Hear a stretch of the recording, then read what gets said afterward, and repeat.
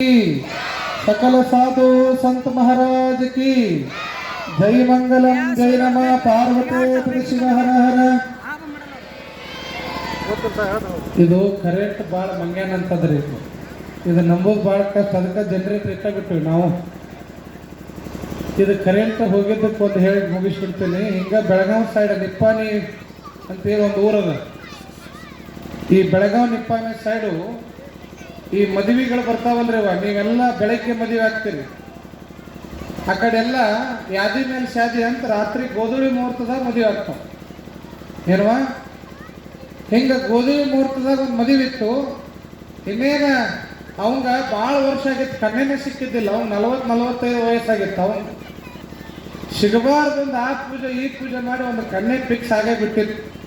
ಮುಂಜಾನೆ ಮಾತುಕತೆ ಆಗೈತಿ, ಸಂಜೆಗೆ ತಾಳಿ ಕಟ್ಟಾಕ ಫಿಕ್ಸ್ ಮಾಡಿಬಿಟ್ರೆ ಯಾದಿ ಮೇಲೆ ಶಾದಿ ಮುಗಿಸೇ ಬಿಡೋಣ. ಮತ್ತೆ ಹುಡುಗಿ ಮನಸ್ಸು ಚೇಂಜ್ ಆಗಿತ್ತು ಅಂತೇಳಿ ಮದುವೆಗೆ ತಯಾರಿ ಮಾಡ್ಕೊಂಡ್ರ. 9-10 ಗಂಟೆಗೆ ಇನ್ನೇನು ಗೋಧುಳಿ ಮುಹೂರ್ತದಾಗ ಮದುವೆ ತಯಾರಿ ನಡೆದೈತಿ. ಬೀಗರು ಬಿದ್ರೆಲ್ಲ ಕೂತಾರ. ಇನ್ನೇನು ಹುಡುಗ ಮತ್ತು ಅವಸರ ನೋಡ್ರಿ, ಮತ್ತೆ ಲಘು ಕಟ್ಟುವಂತ ತಡಿ ಮತ್ತೆ ಬೇಡ ಅನ್ನೋದಿಂದಾಳ ಅಂತೇಳಿ ಇನ್ನೇನು ತಾಳಿ ಕಟ್ಟಬೇಕಂತೇಳಿ ತಾಳಿ ತೊಗೊಂಡ ಹುಡುಗಿ ಕಡೆ ಹೋಗ್ತಾನ. ಕರೆಂಟ್ ಹೋಗ್ಬಿಡುತ್ತೆ. ಕರೆಂಟ್ ಹೋಗೋಣ, ಕರೆಂಟ್ ಬರುತ್ತಾನ ನಿಂದಿರ್ಬೇಕಲ್ಲ. ಅಸಾಮಿ ನಿಂದಿರ್ಲಿಲ್ಲ, ಬಡ ಬಡ ಕಟ್ಟೇ ಬಿಟ್ಟವ. ಆಮೇಲೆ ಕರೆಂಟ್ ಬಂದ್ಮೇಲೆ ನೋಡ್ತಾನ ಹುಡುಗಿ ಕಟ್ಟಿದ್ದಿಲ್ಲ, ಹುಡುಗಿ ನಿಂತವ್ರ ಅವು ಕಟ್ಟಿಬಿಟ್ಟಿದ್ದವ. ಅದಕ್ಕೆ ಕರೆಂಟ್ ಇಷ್ಟು ಮಜಾ ಮಾಡ್ತಾವ ನೋಡ್ರಿ ಅವಾಗ. ಹಂಗೆ ಈ ಕತ್ಲ ಹಿಡಿಸ್ಬಿಡ್ತಾವ ನಮ್ಮಂಗಿಲ್ಲ. ಅದಕ್ಕೆ ಜನರೇಟರ್ ಇಟ್ಬಿಟ್ಟಾರ ನಮ್ಮ ಕಮಿಟಿಯವರು. ವಿಶೇಷವಾಗಿ ಕಾರ್ಯಕ್ರಮ ಅಂತದ ನಂದು ಒಂದು ಎಲ್ಲಿರಲಿ ಅಂತ ಅದು ಇಷ್ಟು ದಿನ ಹೋಗಿತ್ತಿಲ್ಲ ಬೇರೆ ಕದ. ಇವತ್ತು ಹೋಗೈತೆ ನೋಡ್ರಿ ಅದು. ಅದಕ್ಕೂ ಗೊತ್ತೈತಿ ಇವತ್ತು ಲಾಸ್ಟ್ ವೇದಿಕೆ ಐತಿ. ಇವತ್ತು ನಾನು ಬಂದು ಹೋಗ್ಬೇಕಂತ ಬಂದು ಹೋಗಿತ್ತದು. ಒಟ್ಟಾರೆ ಇರಲಿ, ನೀವೆಲ್ಲ ನಾಳೆ ದಿನ ಬೆಳಗ್ಗೆ ಧ್ವಜಾರೋಹಣ ಆದ್ಮೇಲೆ ಕುಂಬದಕಾಯಿ ತೊಗೊಂಡು ಹೋಗ್ಬೇಕು, ಉಡೇಕಿ ಗಂಟು ಕಟ್ಟಬೇಕು. ನಾಳೆ ಕೆಲಸ ಭಾಳ ಅದಾವ. ಬೆಳಗ್ಗೆ ಯಾರು ಮನ್ಯಾಗ ಬೇಗ ಇರಬೇಡ್ರಿ, ಎಲ್ಲರೂ ಆ ದೇವಸ್ಥಾನದ ಕಡೆಗೆ ಅಲ್ಲಿ ಏನು ಪುಟ್ಟಯ್ಯನ ಮೂರ್ತಿ ಕಡೆಗೆ ಬರ್ರಿ ಅನ್ನುವಂಥ ಮಾತನ್ನು ತಿಳಿಸ್ತಾ, ವಿಶೇಷವಾಗಿ ಇವತ್ತು ಬೆಳಗ್ಗೆಯಿಂದ ಗೋಲ್ಗುಂದಿಯಿಂದ ಮರುಳದಿಂದ ಆಮೇಲೆ ನಮ್ಮ ಕೊಡಬಾಳದಿಂದ ಆಮೇಲೆ ಸುತ್ತಮುತ್ತಲ ಗ್ರಾಮದ ಎಲ್ಲ ಸದ್ಭಕ್ತರು ಇವತ್ತು ತಾಯಂದರು ಸದ್ಭಕ್ತರು ಎಲ್ಲ ಗಾಡಿ ಮಾಡ್ಕೊಂಡು ಬಂದಾರ. ಅವರಿಗೆಲ್ಲ ಒಂದು ಜೋರಾದ ಚಪ್ಪಾಳೆ ತಟ್ರಿ. ಆ ಎಲ್ಲ ಗ್ರಾಮದ ಸದ್ಭಕ್ತರು ಮತ್ತೆ ನಾಳೆ ನಾಡಿದ್ದು 2 ದಿನವೂ ಕೂಡ ಇಲ್ಲೇ ಇರ್ತಾರೆ. ಬೆಳಗ್ಗೆಯಿಂದಲೂ ಕೂಡ ದಾಸೋಹ ಇರ್ತದೆ. ನೀವೆಲ್ಲ ಕಾರ್ಯಕ್ರಮದೊಳಗೆ ನಾಳೆ ದಿನ ಪಾಲ್ಗೊಳ್ಬೇಕು. ನಾಳೆ ಸಾಯಂಕಾಲ ಪ್ರವಚನ ಮಂಗಲ ಏನ್ರವ, ನಾಳೆ ಪ್ರವಚನ ಮಂಗಲ ಆಗ್ತದ. ಪ್ರವಚನ ಮಂಗಲ ದೊಡ್ಡ ವೇದಿಕೆಯಾಗಿ ನಡೀತದ. ಹೀಗಾಗಿ ಮತ್ತೆ ನಾಳೆ ಇಲ್ಲಿ ಬಂದು ಕುಂತಿರವ. ಮತ್ತೆ ನಿಮ್ಗೆ ಹೇಳೋದು ಬಂದ ನಾಳೆ ಎಲ್ಲರೂ ಅಲ್ಲಿ ಬರ್ರಿ. ಬರೋ ಮುಂದೆ ನೋಡ್ರಿ, ಬರೋ ಮುಂದೆ ನಾವೆಲ್ಲ ಊರಾಗೂ ತಾಯಂದ್ರಿಗೆ ಮೇಣಬತ್ತಿ ತೊಗೊಂಡು ಬರ್ರಿ ಅಂತ ಹೇಳ್ತಿದ್ವಿ. ಯಾಕಂತಂದ್ರೆ ಮಂಗಲಕ್ಕೆ ನೀವೆಲ್ಲ ಮಂಗಳಾರತಿ ಮಾಡಲಿ ಅಂತ ಹೇಳಿ. ಆದ್ರೆ ಏನಾಗ್ಬಿಡ್ತೈತಿ ಅಂತಂದ್ರೆ ಅದು ದೀಪ ಹಚ್ಕೊಂಡು ಮತ್ತೆ ಯಾರ ಮೇಲೆ ಸಿಟ್ಟಿದ್ರೆ ಮುಂದೆ ಕೂದಲ ಸುಟ್ಟಿಗಿಟ್ಟಿರಿ ಅಂತ ಅದೊಂದು ಹೆದರಿಕೆ ನಮಗೆ. ಅದಕ್ಕೆ ಮೇಣಬತ್ತಿ ತರೋದು ಬೇಡ. ನಿಮ್ಮ ಮನ್ಯಾಗ ಮೊಬೈಲ್ ಇರ್ತಾವೆ, ನಿಮ್ಮ ಗಂಡದಾರು ನಿಮ್ಮ ಫೋನ್ಗಳು ಇರ್ತಾವಲ್ಲ, ತೊಗೊಂಡು ಬರ್ರಿ ನಾಳೆ.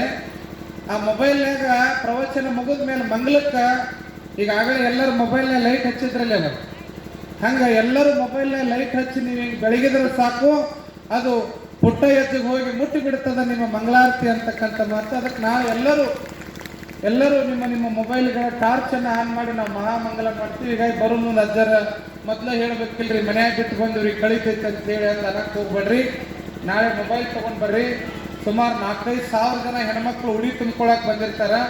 ಅವರೆಲ್ಲರೂ ಮೊಬೈಲ್ ತಂದಿರ್ತಾರೆ. ಅವರೆಲ್ಲ ಮೊಬೈಲ್ ಟಾರ್ಚ್ ಹಚ್ಚಿದ್ರೆ ಆ ಒಂದು ದೀಪ ಹಚ್ಚಿದಂಗೆ ಬೆಳಕು, ಹೆಂಗೆ ಬೆಳ್ಳಟ್ಟಿಯ ಬೆಳಕು ಅಂತೀವಿ, ಆ ಬೆಳಕಿನ ಸಾನ್ನಿಧ್ಯದೊಳಗೆ ನೀರಲ್ಲಿಗೆ ಬೆಳಕು, ಪುಟ್ಟ ಎಜ್ಜನ ಬೆಳಕು ಅಲ್ಲಿ ಮೂಡ್ತದೆ ಅಂತಕ್ಕಂಥ ಮಾತನ್ನು ಈ ಸಂದರ್ಭದಲ್ಲಿ ತಿಳಿಸ್ತಾ, ತಾವೆಲ್ಲ ಪಾಲ್ಗೊಳ್ರಿ, ಕಾರ್ಯಕ್ರಮ ಯಶಸ್ವಿಗೊಳಿಸ್ರಿ ಅನ್ನುವಂಥ ಮಾತನ್ನು ತಿಳಿಸಿ ನನ್ನ ಇವತ್ತಿನ ಸೇವೆಗೆ ಮಂಗಲವನ್ನು ಕೋರ್ತೇನೆ. ಎಲ್ಲರಿಗೂ ಒಳ್ಳೆಯದಾಗಲಿ. ಶರಣಾರ್ಥಿಗಳು. ಈಗ ಮುಂದಿನ ಕಾರ್ಯಕ್ರಮವನ್ನು ನಮ್ಮ ಗುರುಗಳು ನಡೆಸ್ತಾರೆ. ಅದಕ್ಕಿಂತ ಮುಂಚೆ ಗವಾಯಿಗಳ ಒಂದು ಗೀತೆಯನ್ನು ನಮ್ಮ ಗೋಯಿಲಗುಂದಿ ಸದ್ಭಕ್ತರ ಅಪೇಕ್ಷೆಯಂತೆ ಒಂದು ಜಾನಪದ ಗೀತೆಯನ್ನು ನಮ್ಮ ಗವಾಯಿಗಳು ಹಾಡ್ತಾರೆ. ತದನಂತರದಲ್ಲಿ ಮುಂದಿನ ಕಾರ್ಯಕ್ರಮವನ್ನು ನಮ್ಮ ನಿರೂಪಕರು ನಡೆಸಿಕೊಡ್ತಾರೆ ಅಂತಕ್ಕಂಥ ಮಾತನ್ನು ತಿಳಿಸ್ತಾ, ಈಗ ಗವಾಯಿಗಳಿಂದ ಒಂದು ಗೀತೆ. ಹಲೋ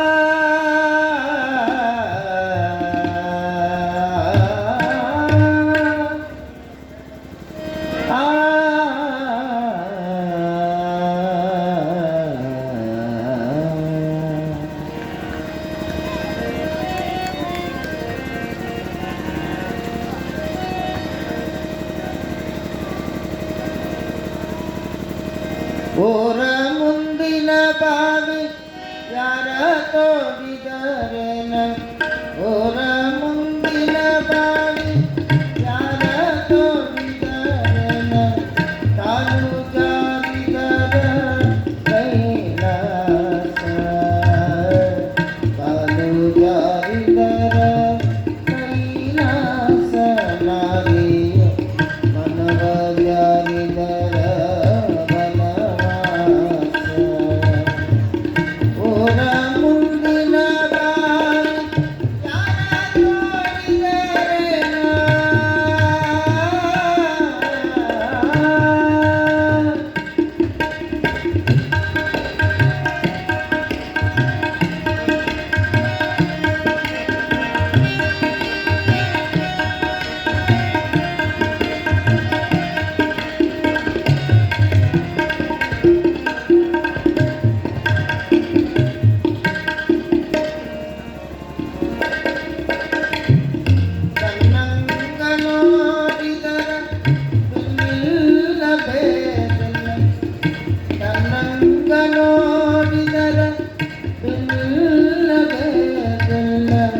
ತನ್ನಂಗ ತನ್ನ ಮಗಳಂಗ ತನ್ನಂಗ ತನ್ನ ಮಗಳಂಗ ನೋಡಿದರ ಕಣ್ಣ ಮುಂದಾದ ಕೈಲಾಸ ಊರ ಮುಂದಿನ ಬಾವಿ ಯಾರ ನೋಡಿದರೇನ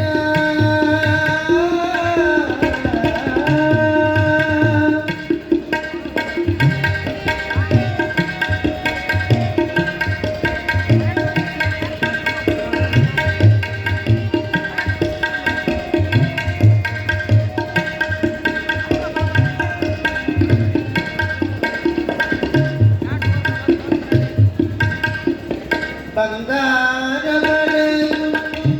ಬಡವರನ ದೈವ್ಯಾನ ಬಂಗಾರ ಬಳೆಯುಟ್ಟು ಬಡವರನ ದೈವ್ಯಾನ ಬಂಗಾರ ನಿನಗ ಸ್ಥಿರವಲ್ಲ ಬಂಗಾರ ನಿನಗ ಸ್ಥಿರವಲ್ಲ ತಂಗವ್ವ ಮಧ್ಯಾಹ್ನದ ಬಿಸಿಲು ಇರಬಲ್ಲ ಊರ ಮುಂದಿನ ಬಾವಿ ಯಾರ ತೋಡಿದರೇನ ಕಾಲು ಜಾರಿದರ ಕೈಲಾಸ ಕಾಲು ಜಾರಿದರ ಕೈಲಾಸ ನಾರಿಯ ಮನವ ಜಾರಿದರ ವನವಾಸ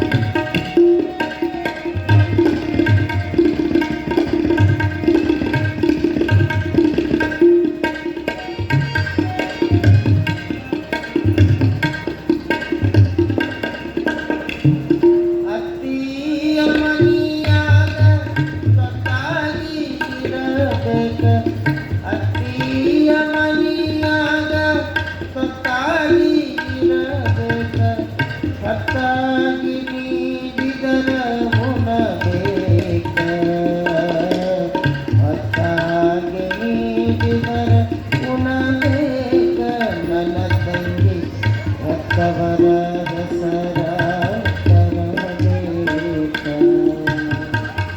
ಓರ ಮುಂದಿನ ಬಾವಿ ಯಾರ ನೋಡಿದರೇನ?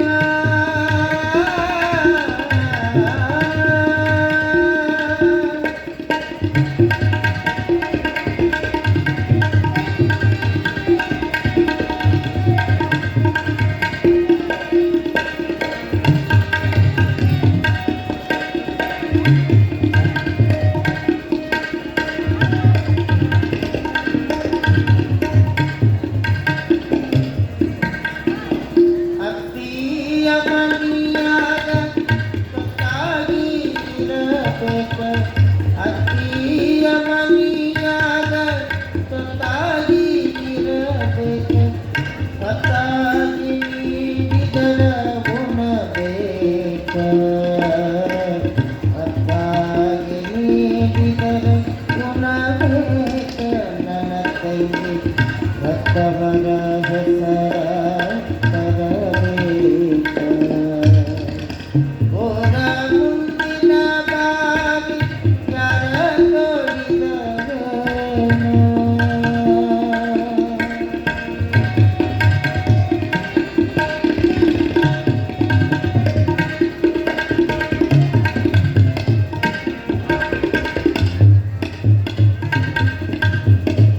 ಗಂಡನ ಮನಿಯಾಗ ಬೇರಾಗಿ ಮಾಡಬ್ಯಾಡ.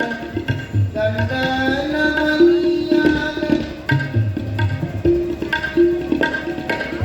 ಗಂಡನ ಮನಿಯಾಗ ಬೇರಾಗಿ ಮಾಡಬ್ಯಾಡ. ಅಣ್ಣ ತಮ್ಮರ ಬಂದ ಕಡಿದಾಡ. ಅಣ್ಣ ತಮ್ಮರ ಬಂದ ಕಡಿದಾಡ. ನನ್ನ ಕೈಗೆ ಕೊಟ್ಟಿದ ಮನೆಯ ಕಡಿದಾಡ.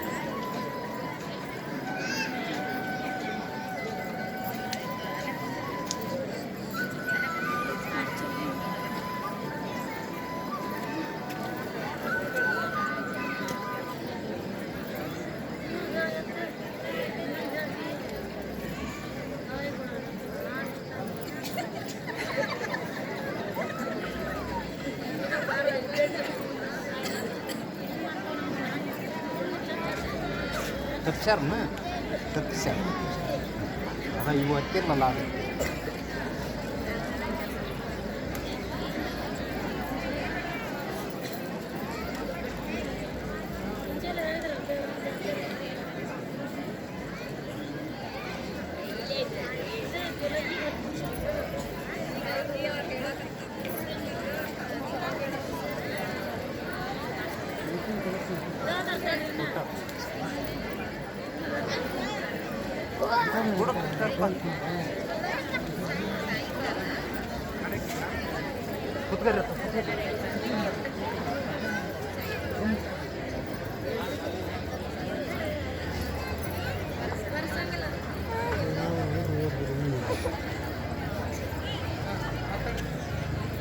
ಬಂತು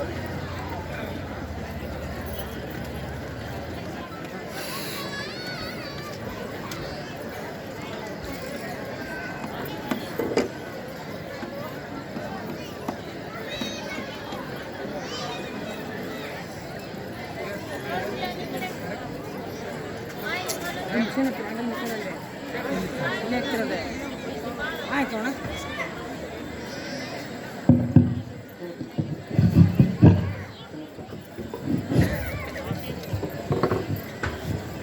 ಓಂ ಶ್ರೀ ಗುರುದೇವ್ ನಮಃ.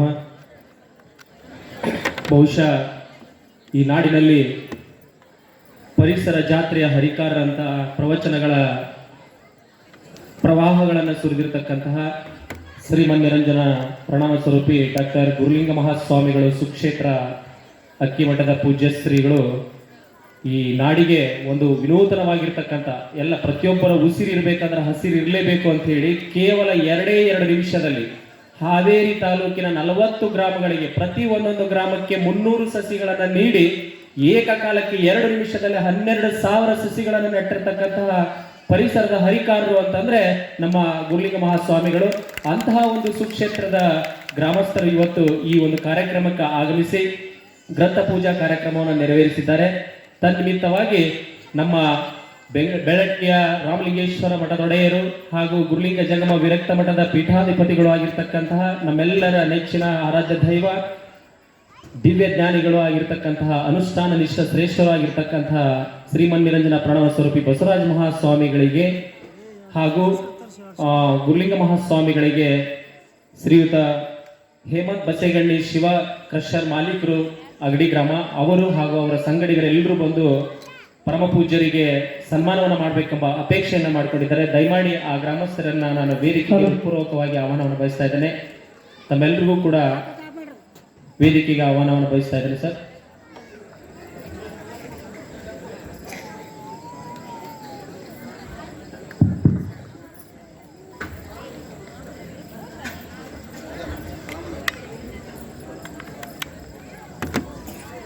ಜೋರಾದ ಚಪ್ಪಾಳೆ ಮೂಲಕ ಅಗಡಿ ಗ್ರಾಮಸ್ಥರನ್ನ ವೇದಿಕೆಗೆ ಆಹ್ವಾನಿಸಿ.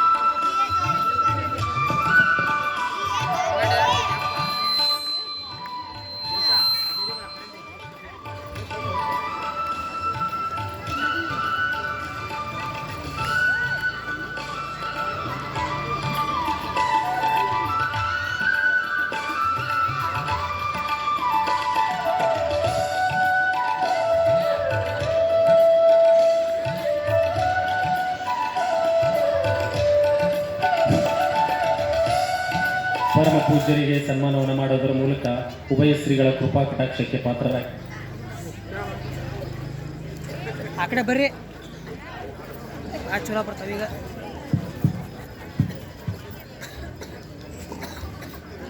ಉಭಯ ಶ್ರೀಗಳ ಕೃಪೆಗೆ ಪಾತ್ರರಾಗಿರ್ತಕ್ಕಂತಹ ಅಗಡಿಯ ಸಕಲ ಸದ್ಭಕ್ತರಿಗೆ ನೀರ್ಲಿಗಿ ಉತ್ಸವದ ವೇದಿಕೆ ಮುಖಾಂತರ ತುಂಬು ಹೃದಯದ ಧನ್ಯವಾದಗಳನ್ನು ಅರ್ಪಿಸುತ್ತಾ ಇದೀಗ ಗ್ರಾಮದ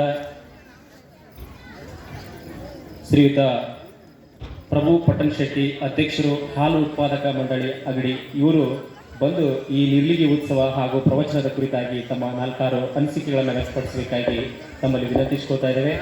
ಆ ಹಿರಿಯರು ಬಂದು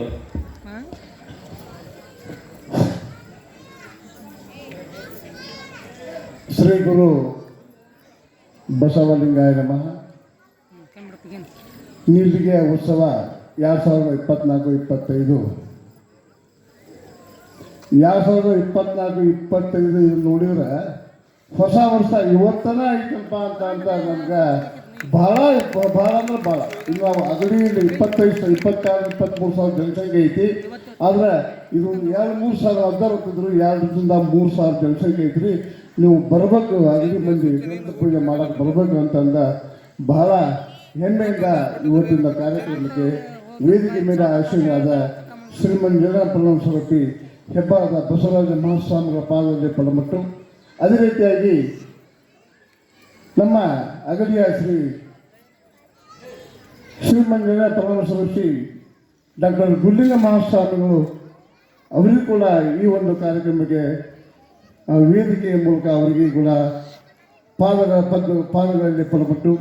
ಅದೇ ರೀತಿಯಾಗಿ ಈ ನೀರ್ಲಿಗಿ ಗ್ರಾಮದ ಎಲ್ಲ ಶರಣತಂತೆಗಳೇ ಹಾಗೂ ಮುದ್ದು ಮಕ್ಕಳೇ, ಅಗಡಿಯಿಂದ ಆಗಮಿಸಿದ ಎಲ್ಲ ಅಗಡಿಯ ಸದ್ಭಕ್ತರೇ, ಈ ಒಂದು ಕಾರ್ಯಕ್ರಮ ಹೆಂಗಪ್ಪ ಅಂತಂದ್ರೆ ನಮ್ಮೂರಾಗ ನಮ್ಮ ಗುರುಲಿಂಗ ಅಜ್ಜರ ಪಟ್ಟಾಧಿಕಾರದ ದಿವಸ ದಿನಕ್ಕೆ 5,000 ರಿಂದ 6,000 ಜನಸಂಖ್ಯೆಗೆ ಪ್ರಸಾದ ಸೇವೆ ಮಾಡಿದ್ವಿ. 21 ಜನ ಪ್ರಸಾದ ಸೇವೆ ಮಾಡಿ ಒಂದು ಹಾವೇರಿ ತಾಲೂಕಿನಲ್ಲಿ ಇಂಥ ಪಟ್ಟಾಧಿಕಾರ ಮಾಡಿಲ್ಲ ಅಂತ ಅಗಡಿಯ ಹೆಮ್ಮೆ. ಇದು ನೋಡಿದ್ರೆ ಅವತ್ತಿನ ದಿವಸ ಇವತ್ತು ನಮಗೆ ನೆನಪಿಗೆ ಬರ್ತದೆ. ಇದೇ ರೀತಿಯಾಗಿ ಹೆಣ್ಮಕ್ಳು, ಇದೇ ರೀತಿ ತಾಯಂದರು, ಇದೇ ರೀತಿ ಊರ ಹಿರಿಯರು ಕೂಡ ಒಂದು 20 ದಿನ ಪ್ರವಚನ ಮಾಡಿ ಪಟ್ಟಾಧಿಕಾರ ಇದೇ ರೀತಿ ಅವತ್ತಿನ ದಿವಸ ಇವತ್ತು ಕೂಡ ಈ ಒಂದು ಸಣ್ಣ ಹಳ್ಳಿಯಿಂದ ಕಾರ್ಯಕ್ರಮ ಮಾಡೋದ್ರೆ ಬಹಳ ಖುಷಿ ಆಗ್ತದೆ. ನಮ್ಮ ಅಜ್ಜರು ಹೆಂಗಪ್ಪ ಅಂತಂದ್ರೆ ಲಿಂಗಕ್ಕೆ ನಮ್ಮ ಚನ್ನಬಸವಜ್ಜರು ಅವ್ರಿಗೆ ಶಿಕ್ಷಣ ಮೊದಲಿಂದ ಏನಪ್ಪ ಅಂತಂದ್ರೆ ಇವರು ಇನ್ನೂ ಸಣ್ಣ ವಯಸ್ಸು ಅವ್ರನ್ನ ನಮ್ಮ ಗುರುಲಿಂಗಜ್ಜರು ಮುಂದೆ ದೇವರು ಅಂತೀರಿ ನೀವು, ಸ್ವಲ್ಪ ಅವ್ರ ಜವಾಬ್ದಾರಿ ಕೊಡ್ರಿ ಅಂತ ಹೇಳ್ತಿದ್ದೆ ಪದೇ ಆ ಮಾತ. ಇಲ್ಪ ಅವ್ರದ್ದು ಕೆಲಸ ಮುಂದೆ ದೊಡ್ಡ ಕಾರ್ಯಕ್ರಮ ಐತಿ. ಅವ್ರ ಮಕ್ಕಳಿಗೆ ಆರಾಮ್ 8 ಗಂಟೆ 9 ಗಂಟೆಗೆ ಎದ್ದಾರಪ್ಪ ಅವರು. ಅವ್ರಿಗೆ ಮನಗಿಸ್ತೀವಿ ಮುಂದೆ ಇಂಥ ಮಠ ಹೆಂಗೆ ನಮ್ಮ ದೊಡ್ಡ ಮಠ ರೀ, ದೊಡ್ಡ ಊರಿಗೆ ಹೆಂಗೆ ಮಾಡ್ತಾರೆ ಅಂತಂದ್ರೆ ಇಲ್ಲ, ಅವ್ರಿಗೆ ಮುಂದೆ ದೊಡ್ಡ ಕರ್ನಾಟಕ ತುಂಬಾ ಪ್ರಸಿದ್ಧಿ ಆಗುತ್ತೆ, ಹೆಸರು ಹೋಗಕ್ಕೆ ಅಂತ ಅರ್ಜುನ ಬರುವಂಥ ನೀವೆಲ್ಲ ನೀರಿನ ಮಂದಿ ಭಾಳ ಅಂದ್ರೆ ನಮ್ಮೂರಿನ ಹೆಮ್ಮೆ, ನಮ್ಮೂರಿನ ಗುರು ಇಂಥ ಗುರು ಕೊಟ್ಟು ನಮ್ಮ ಲಿಂಗಕ್ಕೆ ಚನ್ನಬಸವ ಅಜ್ಜರ ಪಾದಗಳಿಗೆ ಮತ್ತೊಮ್ಮೆ ಪಡಪಟ್ಟು ಈ ಒಂದು ಕಾರ್ಯಕ್ರಮ ಬಹಳ ಇದರಿಂದ ಇಂಥ ತಾಯಿಯರಿಗೆ ಸಂಸ್ಕಾರ ಕೊಟ್ಟು ಇಂಥ ಹಳ್ಳಿಯಲ್ಲಿ ನಮ್ಮ ಈ ಒಬ್ಬ ಹೇಳಿಕೆ ಇದೆ, ಇಲ್ರಿ ನಿಮ್ಮೂರಾಗ ಪದೇ ಇಂಥ ಕಾರ್ಯಕ್ರಮ ಹಾಕೊಂಡೆ ಇಲ್ರಿ, ಇದೇ ಮೊದಲನೇ ಕಾರ್ಯಕ್ರಮ, ಬಹಳ ಚಂದ ಕಾರ್ಯಕ್ರಮ ಮಾಡಿದರು. ಈ ಒಂದು ಪರಿಸರ ಜಾತ್ರೆಯ ಹರಿಕಾರ 12 ನಿಮಿಷದಲ್ಲಿ ಹೇಳಿದ್ರು. 2 ನಿಮಿಷದಲ್ಲಿ ಅಲ್ರಿಪ್ಪ 2 ನಿಮಿಷದಲ್ಲಿ ಹೆಂಗೆ ಹಚ್ಚಿಪ್ಪ ಯಾರು ಸನ್ಯಾಸರಿಗೆ ಅಂದ್ರೆ ನೀವು ನೋಡ್ಪ್ರಬಣ ಹೆಂಗೆ ಮಾಡ್ತೀನಿ. ಅಗಡಿ ಕೂಡ ಪರಿಸರ ಜಾತ್ರೆ ಮಾಡಿ ಹಾವೇರಿಯಲ್ಲಿ ದೊಡ್ಡ ಕಾರ್ಯಕ್ರಮವನ್ನು ಮಾಡಿ ಒಂದು ಹೆಸರು ಗಳಿಸಿದಂಥ ನಮ್ಮ ಗುರುಲಿಂಗ ಮಹಾಸ್ವಾಮಿಗಳ ಪಾದಗಳಲ್ಲಿ ಪದೇ ಇಂಥ ಗುರುಗಳನ್ನ ಪಡೆಯಲಿಕ್ಕೆ ನಾವೆಲ್ಲ ಅಗಡಿಯ ಮಂದಿ ಧನ್ಯರು ಅಂತ ಹೇಳುತ್ತಾ ಈ ಒಂದು ಕಾರ್ಯಕ್ರಮಕ್ಕೆ ಈಗ ನಮ್ಮ ಅಜ್ಜರು ಹೇಳ್ತಿದ್ರು, ನಮ್ಮ ಅಗಡಿಗೆ ಒಂದು 14 ಮಂದಿ ಹೆಣ್ಮಕ್ಳು ಬಂದು ಅವರ ಸೇವೆ ಮಾಡಿ ನಾಳಿನ ಕಾರ್ಯಕ್ರಮಕ್ಕೆ ಉಡಿ ತುಂಬ ಕಾರ್ಯಕ್ರಮ ನಾಳೆ ಬರ್ತಾರೆ. ಅವರೆಲ್ಲ ಈ ಒಂದು ಕಾರ್ಯಕ್ರಮ ನೋಡಿ ಭಾಳ ಇಂಥ ಸಣ್ಣ ಹಳ್ಳಿಯಲ್ಲಿ ಇಂಥ ದೊಡ್ಡ ಕಾರ್ಯಕ್ರಮ ಮಾಡಿ ಭಾಳ ಹೆಸರು ಗಳಿಸಿದಂಥ ನಿಮ್ಮೆಲ್ಲರಿಗೂ ಪದೇ ಇಲ್ಲಿ ಭಕ್ತಿಯನ್ನು ಮೆಚ್ಚಿ ನಾನು ಬಹಳ ಖುಷಿ ಪಡ್ತೇನೆ ಅಂತ ಹೇಳ್ತಾ ನನ್ನೆಲ್ಲ ಮಾತುಗಳಿಗೆ ವಿರಾಮ ಕೊಡ್ತೀನಿ.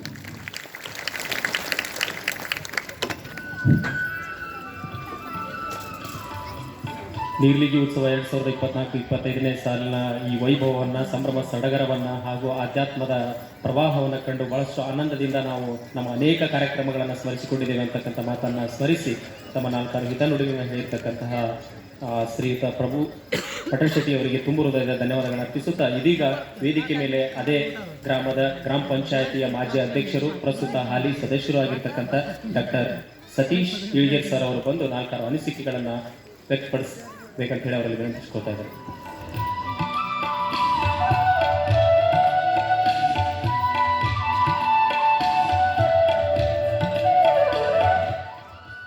ಶ್ರೀ ಗುರು ಬಸವಲಿಂಗಾಯ ನಮಃ. ಹುಲ್ಲಾಗು ಬೆಟ್ಟದಲ್ಲಿ ಮನೆಗೆ ಮಲ್ಲೆಯಾಗು, ಕಲ್ಲಾಗು ಕಷ್ಟಗಳ ಮಳೆಯ ವಿಧಿಸುರಿಯೇ, ಬೆಲ್ಲ ಸಕ್ಕರೆಯಾಗು ದೀನ ದುರುದ್ದಲರಿಗೆ, ಎಲ್ಲರೂ ಒಂದಾಗು ಮಂಕುತಿಮ್ಮ.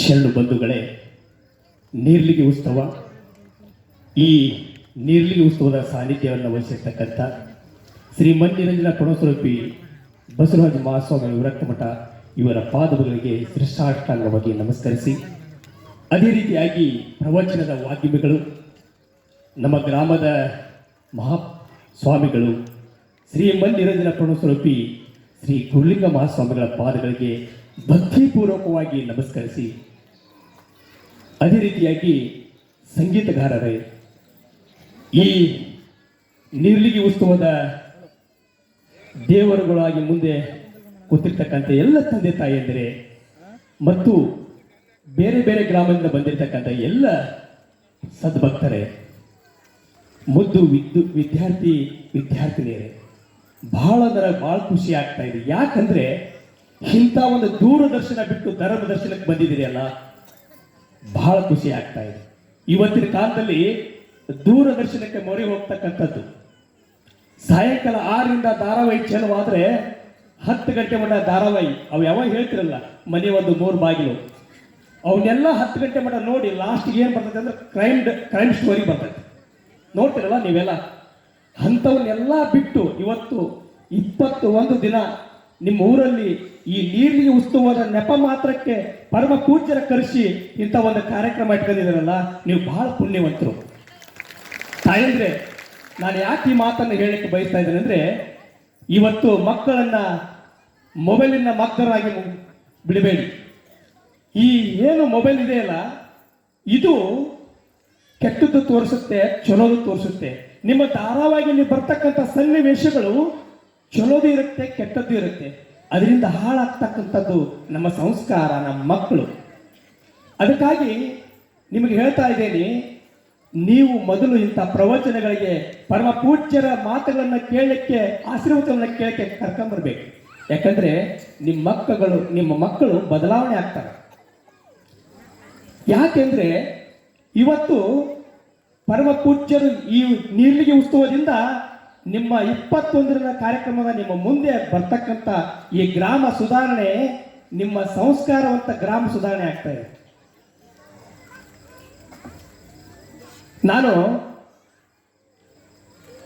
ಈ ಗ್ರಾಮಕ್ಕೆ ಒಳಗೆ ಬರಬೇಕಾದ್ರೆ ಏನಿದು ಜಾತ್ರೆ ಅಂತಂದೆ. ಯಾಕಂದ್ರೆ ಕೆಲವಾರು ಕಾರ್ಯಕ್ರಮಕ್ಕೆ ನಾನು ಬಂದಿದ್ದೇನೆ. ಇಲ್ಲಿ ಇಂಥ ಒಂದು ಕಾರ್ಯಕ್ರಮಕ್ಕೆ ಬಂದಾಗ ಬಹಳ ಖುಷಿಯಾಗಿರ್ತಕ್ಕಂಥದ್ದು.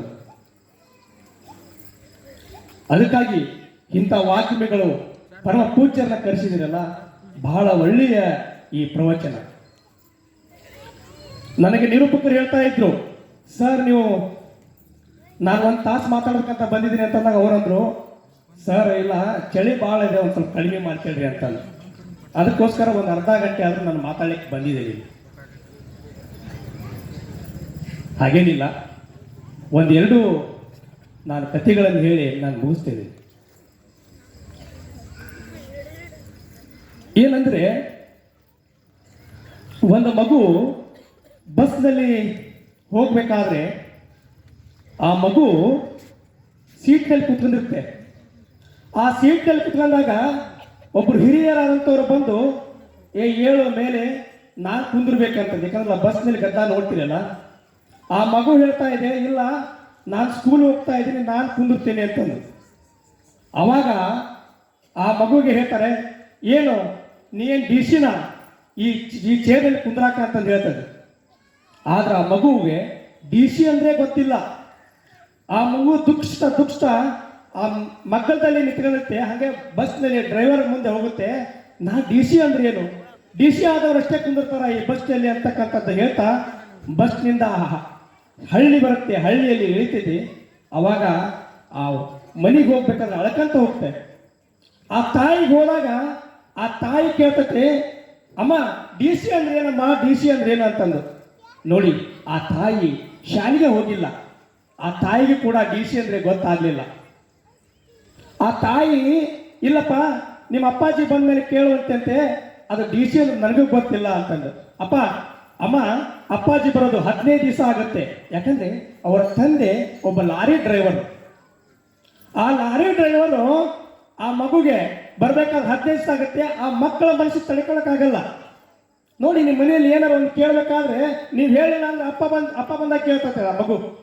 ಯಾಕಂದ್ರೆ ಆ ಮಗು ವಿಚಾರ ಮಾಡುತ್ತೆ, ನಾನು ನಾಳೆ ಶಾಲೆಯಲ್ಲೇ ಕೇಳಬೇಕು ಸರ್ ಅಂತಂದು. ಬೆಳಗ್ಗೆ 9 ಗಂಟೆ ಒಳಗೆ ಹೋಗಿ ಆ ಗೇಟ್ ಮುಂದೆ ನಿಲ್ಲುತ್ತೆ ಆ ಮಗು. ಆ ಗೇಟ್ ಮುಂದೆ ನಿಂತ್ಕೊಂಡಾಗ ಅಲ್ಲಿ ಹೆಡ್ಮಾಸ್ಟರ್ ಬರ್ತಾರೆ. ಆ ಹೆಡ್ಮಾಸ್ಟರ್ ಬಂದಾಗ ಹೇಳ್ತೈತಿ, ಸರ್ ಡಿ ಸಿ ಅಂದ್ರೆ ಏನೋ ಇಷ್ಟು ಜಲ್ದಿ ಬಂದಿದೆಯಲ್ಲಮ್ಮ ನೀನು, ಯಾಕೆ ಅಂತ ಕೇಳಿದಾಗ, ಇಲ್ಲ ಡಿ ಸಿ ಅಂದ್ರೆ ನೀನು ಹೇಳಬೇಕು ಅಂತಂದು. ಆ ಮಗುಗೆ ಡಿ ಸಿ ಅಂತಂದು ಹೇಳ್ಬೇಕಾದ್ರೆ ಶಿಕ್ಷಕರು ಹೇಗೆ ಹೇಳಬೇಕು, ಒಮ್ಮಕ್ಕಳು ಹೇಳಿದ್ರೆ ತಿಳ್ಕೊಳ್ಳಂಗಿಲ್ಲ. ಅದಕ್ಕಾಗಿ ಆ ಶಿಕ್ಷಕರು ಒಳಗೆ ಕರ್ಕೊಂಡು ಹೇಳ್ತಾರೆ, ನೋಡಪ್ಪ ನೀನು ಶಾಲೆಯಲ್ಲಿ ಮಾನಿಟರ್ ಆದರೆ ನಿನಗೆಲ್ಲ ಮಕ್ಕಳು ಏನು ಮಾಡ್ತವೆ, ಸುಮ್ಮನೆ ಕುಂದಿರ್ತಾರೆ. ಹಾಗಾದರೆ ನಿನಗೆ ನಿಮ್ಮ ಶಾಲೆಯ ಶಿಕ್ಷಕರು ಬಂದಾಗ ನೀವೆಲ್ಲ ಎದ್ದು ನಿಂತ್ಕೊಂತೀರಲ್ಲ, ಹಾಗಾದ್ರೆ ಶಾಲೆಯ ಶಿಕ್ಷಕರಿದ್ದಾಗ ಪ್ರಾಂಶುಪಾಲರು ಅಂದರೆ ಮುಖ್ಯ ಶಿಕ್ಷಕರು ಬಂದಾಗ ಶಿಕ್ಷಕರು ಎದ್ದು ನಿಂತ್ಕೊಂತಾರೆ. ಹಾಗಾದ್ರೆ ಮುಖ್ಯ ಶಿಕ್ಷಕರಿದ್ದಾಗ ಪ್ರಾಂಶುಪಾಲರಿದ್ದಾಗ ಬಿ ಎ ಅವರು ಬಂದರೆ ಸರ್ ಅವರು ಎದ್ದು ನಿಂತ್ಕೊಂತಾರೆ. ಹಾಗಾದರೆ ಮುಖ್ಯ ಶಿಕ್ಷಕರು ಬಿ ಎ ಅವರು ಬಂದಾಗ ಮುಖ್ಯ ಶಿಕ್ಷಕರು ಇರ್ತಕ್ಕಂದ್ರೆ ಬಿ ಎ ಅವರು ಡಿ ಸಿ ಇದು ಡಿ ಡಿ ಪಿ ಐ ಬಂದಾಗೆ ಬಿ ಎ ಅವರು ಬಂದರೆ ಡಿ ಡಿ ಪಿ ಐ ಬಂದಾಗ ಡಿ ಡಿ ಅವರಿದ್ರೆ ಬಿ ಎ ಅವರಿದ್ರೆ ಅವರು ಕೂಡ ಎದ್ದು ನಿಂತ್ಕೊಂತಾರೆ. ಹಾಗೆ ಒಂದು ಜಿಲ್ಲಾ ಆಡಳಿತದಲ್ಲಿ 34 ಆಡಳಿತ ಇರ್ತವೆ. ಅವರೆಲ್ಲ ಹಿರಿಯ ಅಧಿಕಾರಿ ಅದೇ ಡಿ ಸಿ ಜಿಲ್ಲಾ ಅಧಿಕಾರಿ. ಆ ಡಿ ಸಿ ಆಗ್ಬೇಕಂದ್ರೆ SSLCಯಲ್ಲಿ ಹೆಚ್ಚು ಮಾರ್ಕ್ಸ್ ತಗೋಬೇಕು ಮತ್ತು ಅದಕ್ಕೆ IAS ಓದಬೇಕು ಅಂತಂದು ಹೇಳ್ತಾರೆ. ಅವಾಗ ಅನಿಸುತ್ತೆ ನಾನು ಓದ್ಬೇಕಂತಂದು ಹೇಳಿ ಆ ಮಗು SSLC ಹೆಚ್ಚು ಅಂಕ ತೆಗೆದುಕೊಂಡು IIP ಮತ್ತೆ ಉನ್ನತ ಹುದ್ದೆಯಲ್ಲಿ ಓದಿ IPS ಆಗ್ತಾಳೆ.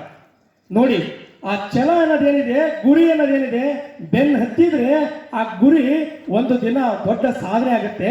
ಅವಳೇ ಉತ್ತರ ಪ್ರದೇಶದಲ್ಲಿ SP ಆಗಿ ಕಾರ್ಯನಿರ್ವಹಿಸ್ತಾ ಇದ್ದಾಳೆ. ಯಾಕೆ ಈ ಮಾತು ಹೇಳ್ತಾ ಇದ್ದೇನೆ ಅಂದ್ರೆ, ನಿಮ್ಮ ಮಕ್ಕಳಿಗೆ ನೀವು ಒಳ್ಳೆಯ ಸಂಸ್ಕಾರವನ್ನ ಕೊಡಿ, ಒಳ್ಳೆ ಶಿಕ್ಷಣವನ್ನ ಕೊಡಿ. ಮಕ್ಕಳ ಕೈಗೆ ಫೋನ್ ಕೊಟ್ಟು ನೀವು ಟಿವಿ ಮುಂದೆ ಕುತ್ಕೊಂಡ್ರೆ ಆ ಮಗು ಏನ್ ಮಾಡುತ್ತೆ, ನೀವು ಟಿವಿ ನೋಡ್ರಾಗ್ತೀರಿ, ಅದು ಏನೇನೋ ಯೂಟ್ಯೂಬ್ನಲ್ಲಿ ನೋಡ್ತಾ ಇರ್ತದೆ ಮಗು. ಆ ಮಗುಗೆ ಪುಸ್ತಕ ನೀವು ಬೆಳಗ್ಗೆ 4 ಗಂಟೆಗೆ ಕೆಮಿಸ್ತೀರಿ, ಎಬ್ಬಿಸಿ ಪುಸ್ತಕ ಕೊಟ್ಟು ನೀವು ಮಲಗ್ತೀರಿ, ಆ ಮಗು ಓದಂಗಿಲ್ಲ. ನೀವು ಕುಂದ್ರಿ, ನೀವು ಕಷ್ಟಪಟ್ಟರೆ ಆ ಮಗು ಒಂದು ಒಳ್ಳೆಯ ಒಂದು ವಿದ್ಯಾರ್ಥಿಯಾಗಿ ಉನ್ನತ ಹುದ್ದೆಗೆ ಏರ್ತಿತ್ತು. ಯಾಕೆ ಈ ಮಾತುಗಳನ್ನು ಹೇಳ್ತಾ ಇದ್ದಾರೆ ಅಂದರೆ, ನೀವು ಮೊದಲ ಪಾಠಶಾಲೆ ತಂದೆ ತಾಯಿ.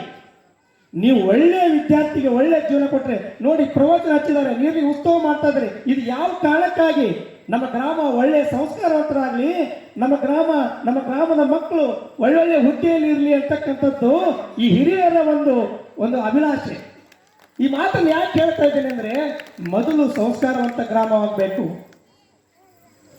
ಇನ್ನೂ ಒಂದು ಘಟನೆ ಹೇಳ್ತೇನೆ ನಿಮಗೆ, ಯಾಕಂದ್ರೆ ಚಳಿ ಇದೆ, ನನಗೂ ಗೊತ್ತಾಗ್ತಾ ಇದೆ. ಆದರೂ ಕೂಡ ನನ್ನ ಕರೆಸಿದಾರಲ್ಲ ಪರಮ ಪೂಜ್ಯರು, ನಾನು ಇನ್ನೂ ಒಂದು ಘಟನೆ ಹೇಳಕ್ಕೆ ಬಯಸ್ತಾ ಇದ್ದೀನಿ. ಯಾಕಂದ್ರೆ ತಾಯಿ, ಒಂದು ಹಳ್ಳಿಯಲ್ಲಿ ಇರ್ತಕ್ಕಂಥ ಒಂದು ತಾಯಿ ನನ್ನ ಮಗಗೆ ಒಳ್ಳೆ ಶಿಕ್ಷಣ ನೀಡಬೇಕಂತಂದು ಹೇಳಿ ಪೇಟೆಗೆ ಹೋಗ್ತಾಳೆ. ಅಂದ್ರೆ ಗಂಡ ತೀರ್ಕೊಂಡಿರ್ತಾನೆ.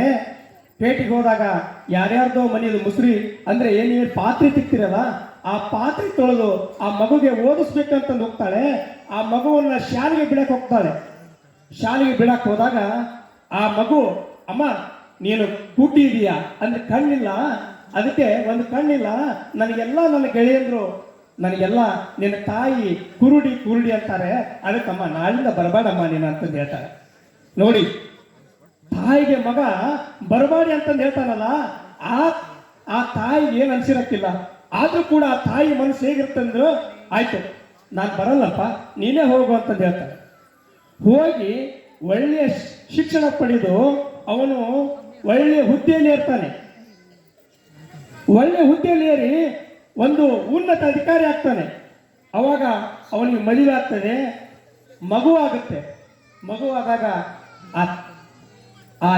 ಏನು ಮಗ ಇರ್ತಾನಲ್ಲ ಹೇಳ್ತಾನೆ, ಅಮ್ಮ ನನ್ನ ಮಗ ನೀನು ನೋಡಿದ್ದು ಹೆದರ್ತಾನಮ್ಮ, ಕಣ್ಣು ಕುಳ್ಳಿರೋದಕ್ಕೆ, ಅದಕ್ಕೆ ನೀನು ಹಳ್ಳಿಗೆ ಹೋಗಮ್ಮ ಅಂತ ಹೇಳ್ತಾನೆ.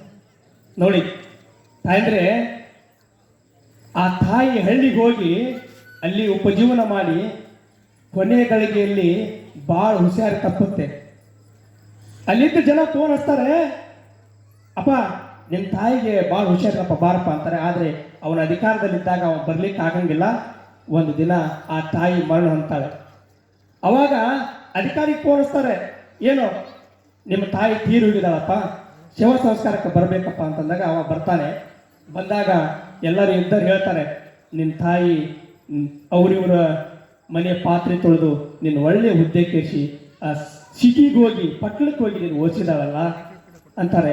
ಆದರೂ ಕೂಡ ಅವ್ನು ದುಃಖ ಬಂದರೂ ಕೂಡ ದುಃಖ ತೊಳ್ಕೊಂಡಿರತ್ತೆ, ಶವ ಸಂಸ್ಕಾರ ನಿಲ್ತಾರೆ. ಆದರೆ ಆ ತಾಯಿ ಸಾಯಕ್ಕಿಂತ ಮೊದಲು ಒಂದು ಚೀಟಿ ಬರೆದಿರ್ತಾರೆ. ಆ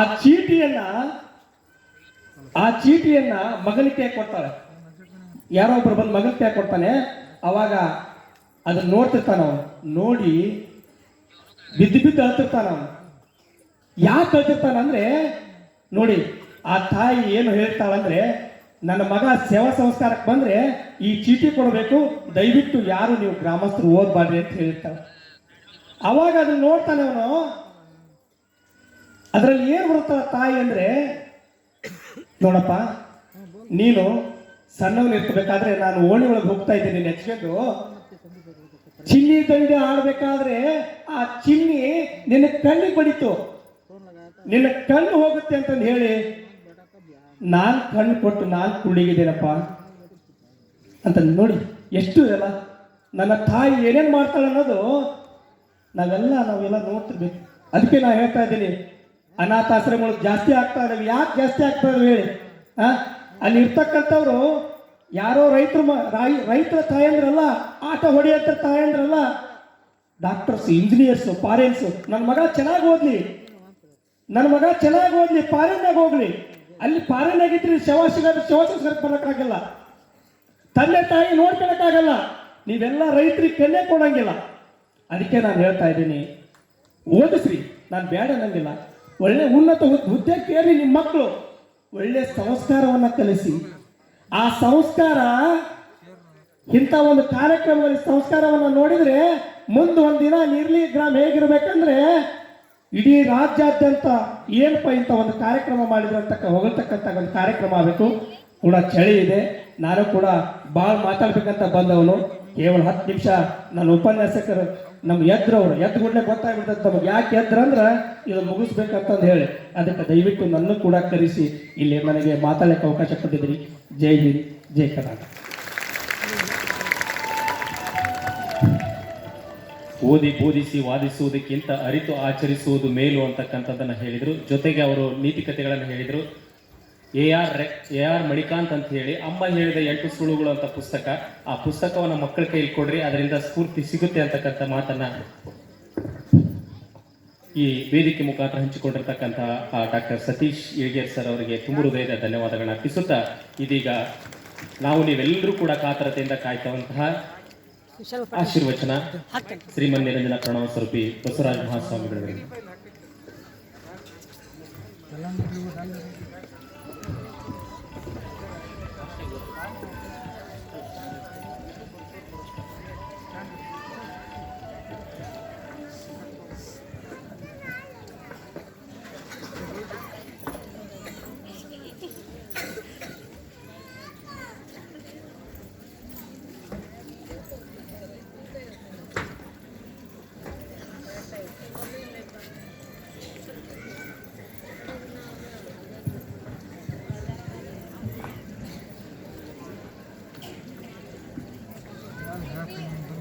स्वागत है संतृप्त वागत प्रतिपत्त जगत के सर्वंगे पार्वती परमेश्वर।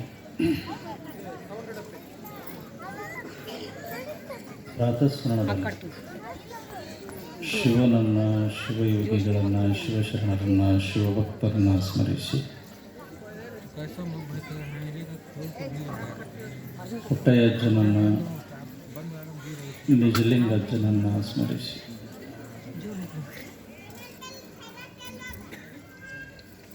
ನಿಮ್ಮೆಲ್ಲರನ್ನು ಚೈತನ್ಯ ತುಂಬಿ ಈ ಥಂಡಿ ಒಳಗೂ ಕರ್ಕೊಂಡು ಬಂದು ಕುಂಡ್ರಿಸಿ ನಿಮಗೆಲ್ಲರಿಗೆ ಅಮೃತವನ್ನು ಉಣಬಡಿಸ್ತಾ ಇರ್ತಕ್ಕಂಥ ಆತ್ಮೀಯ ಪರಮ ಪೂಜ್ಯರು, ಕ್ರಿಯಾಶೀಲರು, ಪ್ರವಚನಾಚಾರ್ಯರು ಆಗಿರ್ತಕ್ಕಂಥ ಶ್ರೀಮನ್ ನಿರಂಜನ ಪ್ರಣವ ಸ್ವರೂಪಿ ಡಾಕ್ಟರ್ ಗುರುಲಿಂಗ ಮಹಾಸ್ವಾಮಿಗಳಲ್ಲಿ ಶರಣನ್ನು ಸಮರ್ಪಿಸಿ. ನೀವು ಯಾಕೆ ಚಪ್ಪಾಳೆ ಹಿಡಿತೀರಿ?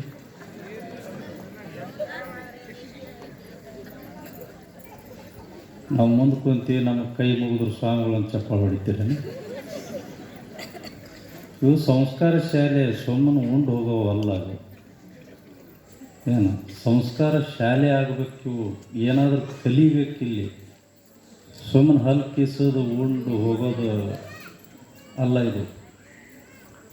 ನಾನು ನೋಡಾಗತ್ತೀನಿ, ಪ್ರಾರಂಭದಿಂದ ಅಪ್ಪಗಳು ಹೇಳಾಗತ್ತಾರ, ಶರಣ ಅಂತಂದ್ರೆ ಹೊಳಿ ಶರಣ ಅನ್ನೋದು. ಸಣ್ಣ ಹುಡುಗರು ಶರಣನಾಗತ್ತೇವ, ನೀವಿನ್ನೂ ಕಲ್ಕೊಳ್ಳೋವಲ್ರಿ. ಬರೀ ಗೋಧಿ ಹುಗ್ಗಿ ಕಡೆಗೆ ಐತಿ ನಿಮಗೆ.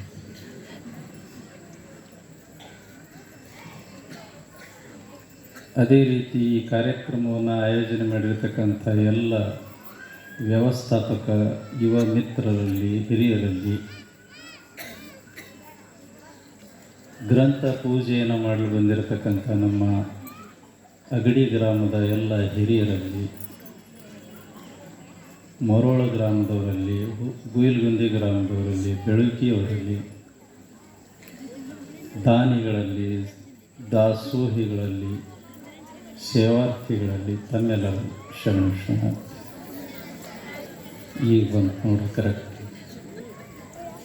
ಅವು ನಮ್ಮ ಬ್ಯಾಟ್ರಿ ಡೌನ್ ಆಗ್ತವ್ರಿ, ಯಾವಾಗ ಚಾರ್ಜ್ ಮಾಡ್ತಾ ಇರ್ಬೇಕು. ಚಾರ್ಜ್ ಮಾಡಿದ್ರೆ ನಾವು ಮತ್ತೆ ಫುಲ್ಲಾಗಿ ಮತ್ತೆ ಕೆಲಸ ಮಾಡ್ತೇವೆ, ಇಲ್ಲಾಂದ್ರೆ ಕೆಲಸನೇ ಮಾಡಂಗಿಲ್ಲ.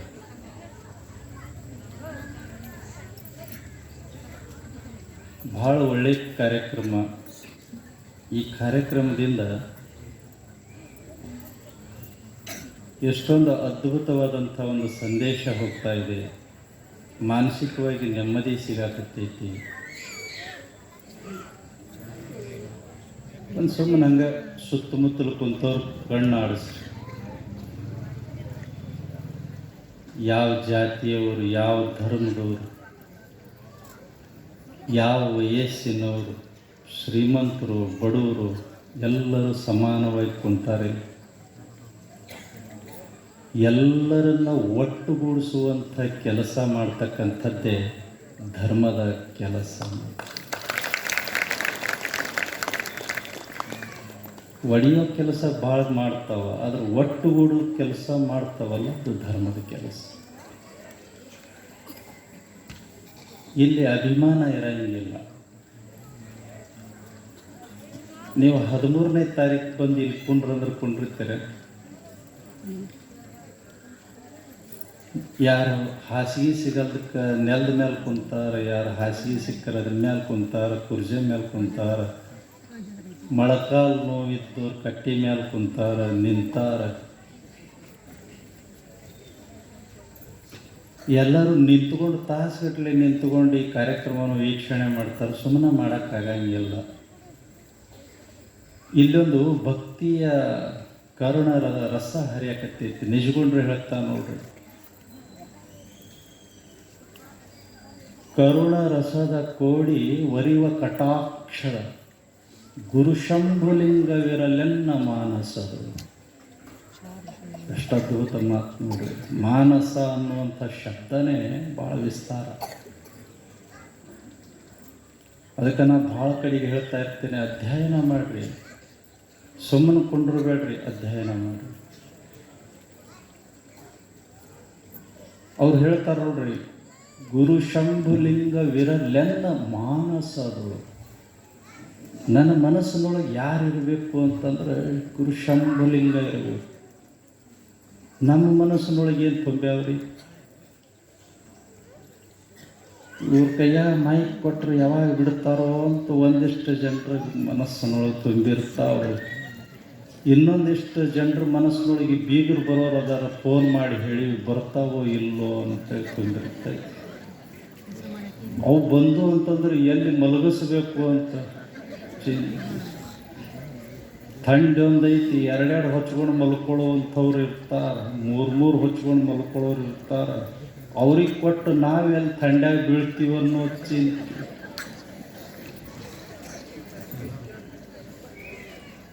ಬೆಳಿಗ್ಗೆ ಅವ್ರಿಗೆ ನೀರು ಕಾಸು ಕೊಡ್ಬೇಕು. ಅಜ್ಜರು ಹಂಗೆ ಹೇಳ್ತಾರೆ, ಬೆಕ್ಕು ಮಲಗಿಸಂತೇಳಿ. ಬೆಕ್ಕು ಮಲಗಿಸಿದ್ರೆ ನಾವು ಮಲ್ಕೊಂಡಾಗ ನಾವು ಅವ್ರನ್ನೆಲ್ಲ ಕರೆಸಿ ಅವರಿಗೆಲ್ಲ ಸ್ನಾನ ಮಾಡಿಸ್ಬೇಕು. ಅವರಿಗೆಲ್ಲ ಮತ್ತು ನಮ್ಮ ಪೆಟ್ರಿಕೆಯಾಗಿರೋ ಚಲೋ ಚಲೋ ಸೀರೆ, ಇದು ಉಟ್ಕೋ ಯಾಕ, ಇದು ಉಟ್ಕೋ ತಂಗಿ ಅಂತ ಕೊಡಬೇಕು.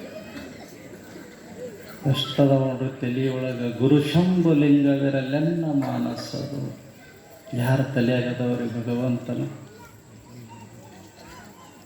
ಕರುಣ ರಸದ ಕೋಡಿ ವರಿವ ಕಟಾಕ್ಷದ, ಅದು ಸುಮ್ಮನೆ ಅಲ್ಲ, ಕರುಣ ರಸ ಹರಿಬೇಕಂತ. ಅಂಥ ಕಟಾಕ್ಷದ ಆಶೀರ್ವಾದ ಮಾಡುವಂಥ ಗುರು ಶಂಭುಲಿಂಗ ಮಾನಸದೊಳಗೆ ನಿಜಗೊಂಡ್ರು ಹೇಳುವಂಥದ್ದು. ಅಂಥದ್ದೊಂದು ರಸ ಇವತ್ತಿನ ದಿವಸ ಇಲ್ಲಿ ನೀರ್ಲಿಗೆ ಒಳಗೆ ಹರಿಯಾಕತ್ತೈತಿ ಅಂತಂತಂದ್ರೆ ಅದು ಗುರುಲಿಂಗ ಮಹಾಸ್ವಾಮಿಗಳ ಕೃಪೆ. ನೀರ್ಲಿಗೆ ಭಕ್ತರು, ನೀರ್ಲಿಗೆ ಯುವಕರು, ನೀರ್ಲಿಗೆ ಯಜಮಾನರು ಎಲ್ಲರೂ ಕಷ್ಟಪಟ್ಟು ಕಣ್ಣಾಗ ಎಣ್ಣೆ ಹಾಕ್ಕೊಂಡು ರಾತ್ರಿ ಹಗಲು ಕೆಲಸ ಮಾಡಕತ್ತಾರಲ್ಲ, ಅವರ ಪರಿಶ್ರಮದ ಫಲ ಇಲ್ಲಿ ಮಾನಸ ಹರಿಯೋದು. ಎಷ್ಟೋ ಜನರಿಗೆ ನಾನು ಕೇಳಿದ್ದೀನಿ, ಆ ಯುವಕರು ಏನು ಓಡಾಡಕತ್ಯಾರ, ಅವ್ರ ಹೆಣ್ಮಕ್ಳು ಫೋನ್ ಹಚ್ಚಿ ಬೈಯಾಕತ್ತಾರೆ, ಮನೆ ಮಠ ಐತಿಲ್ಲ ಅತ್ತಾಗ ಸೇರಿಬಿಡುತ್ತೇನ ಬೈಯಾಕತ್ಯಾರ. ಅವ್ರು ಬೈದರೂ ಪರವಾಗಿಲ್ಲ, ಅವ್ರನ್ನ ತವ್ರ ಮನೆಗೆ ಕಳಿಸ್ಯಾರ್ರಿ. ಬೈಕಂತ ಅಲ್ಲೇ ಇರು ಅಂತ ತವ್ರ ಮನೆಗೆ ಕಳಿಸಿ ಇಲ್ಲಿ ದುಡಿಯಕತ್ತಾರಲ್ಲ, ಅದರದ್ದು ಫಲ ನೀವೆಲ್ಲ ಇಲ್ಲಿ ಬಂದು ಕೂತ್ಕೊಂಡಿರ್ತಕ್ಕಂಥ. ಎಲ್ಲ ಬಿಟ್ಟಾಗನ ಆಗ್ತದ್ರಿ. ಇದು ಒಂದು ಅದ್ಭುತ ಒಂದು ಆಗಬೇಕು ಅಂತೇಳಂತಂದ್ರೆ ಒಂದು ಕಳ್ಕೋಬೇಕು, ಒಂದು ಕಳ್ಕೊಂಡಾಗ ಒಂದು ಸಿಗುತ್ತೈತಿ, ಹಂಗೆ ಸಿಗಂಗಿಲ್ಲ.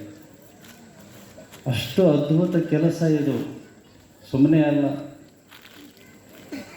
ಅದಕ್ಕೆ ಅಂಥದ್ದೊಂದು ವ್ಯವಸ್ಥೆ ಇಲ್ಲಿ ನಡೆದೈತಿ, ಭಾಳ ಸುಂದರ. ಅದೇನು ಒಬ್ಬರು ಪ್ರವಚನ ಮಾಡೋಕ್ಕೆ ಬಂದಿದ್ದು, ಮನೆ ದಿವಸ ಹೋಳಿಗೆ ಮಾಡಿದ್ದೀರಿ, ನೀವೆಲ್ಲ ಮಾಡಿದ್ರಿ. ಹನುಮಪ್ಪನ ಗುಡಿ ಮುಂದೆ ವಿಡಿಯೋ ಬಿಟ್ಟಿದ್ದಾರೆ ನನಗೆ. ಎಷ್ಟು ಜನ ಎಷ್ಟು ಚಂದ ಹೋಳಿಗೆ ಮಾಡಿ ಅಂಗಳದೊಳಗೆ ಕುರ್ಜೆ ಮೇಲೆ ಕುಂತಾರ್ರಿ, ಬೇಯಿಸಾಕ ಕುಂತಿದ್ರಲ್ರಿ. ಅದು ಇದು ಮೊಬೈಲ್ ಬಂದು ಚಲೋನ ಆಗೈತಿ. ನಮ್ಮ ಸತೀಶ್ ಡಾಕ್ಟ್ರು ಅಲ್ರಿ, ಸತೀಶ್ ಡಾಕ್ಟ್ರು ಹೇಳಾಕತ್ತಿದ್ರು, ಮೊಬೈಲ್ ನೋಡಿ ಒಳ್ಳೇದು ಐತಿ ಕೆಟ್ಟದ್ದು ಐತಿ ಅಂತ ಹೇಳಾಕತ್ತಿದ್ರು ಅವರು. ನನಗೆ ಅವಾಗ ನೆನಪಾತು, ಕೆಟ್ಟದ್ದು ಅಂತ ಜಗ್ ಐತಿ ಬಿಡ್ರಿ, 3/4% ಕೆಟ್ಟದ್ದು ಐತ್ರಿ ಸತೀಶ್ ಅವರು, 1/4% ಅದ ಸಮಾಜಕ್ಕೆ ಒಳ್ಳೇದಾಗುವಂಥದ್ದು ಐತಿ.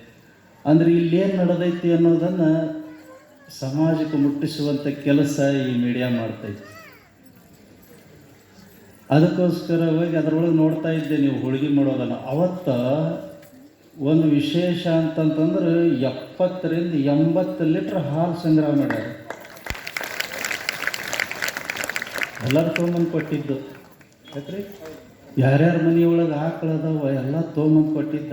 ನಮ್ಮ ಬೆಳಟ್ಟಾಗ ಏನಾರ ಹಾಲು ತೊಗೊಂಬಂದು ಕೊಡ್ರಿ ಅಂದ್ರೆ ಪಾಕಿಟ್ ಹಾಲು ತಂದು ಕೊಡ್ತಾರೆ. ಯಾಕೆ ಅಲ್ಲಿ ಆಕಳನ ಇಲ್ಲ, ಪಾಕಿಟ್ ಹಾಲು ಒಂದೊಂದು ಪಾಕಿಟ್ 2 ಪಾಕಿಟ್ ತೊಗೊಂಬಂದು ಕೊಟ್ಟುಬಿಡ್ತಾರೆ. ಇಲ್ಲೇ ವ್ಯತ್ಯಾಸ ನೋಡ್ರಿ. ಒಂದು 20 ಕಿಲೋಮೀಟ್ರದೊಳಗೆ ಬೆಳಟ್ಟಿ ಒಳಗೆ ಹಾಲು ಕೇಳಿದ್ರೆ ಪಾಕಿಟ್ ಹಾಲು ತೊಗೊಂಬಂದು ಕೊಡ್ತಾರೆ. ನಿಮ್ಮೂರಾಗ ಹಾಲು ಕೇಳಿದ್ರೆ ಭಗವಂತನಿಗೆ ಎಡಿ ಮಾಡ್ಬೇಕಂಥ ಹಾಲು ತೊಗೊಂಬಂದು ಕೊಡ್ತಾರೆ, ಪವಿತ್ರ ಹಾಲು.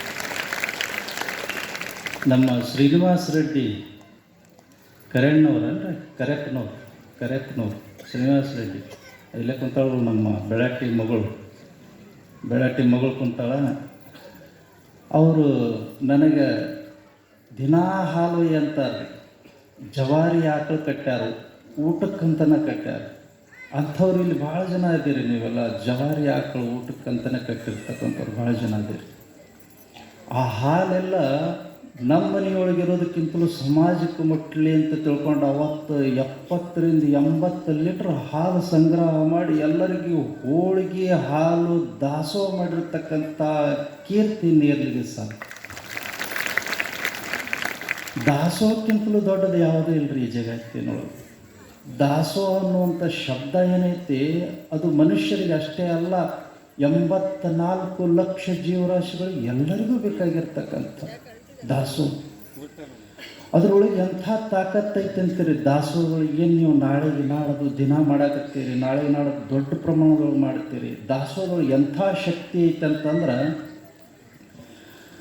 ಅಥಣಿ ಶಿವಗಳು ಇರುವಾಗ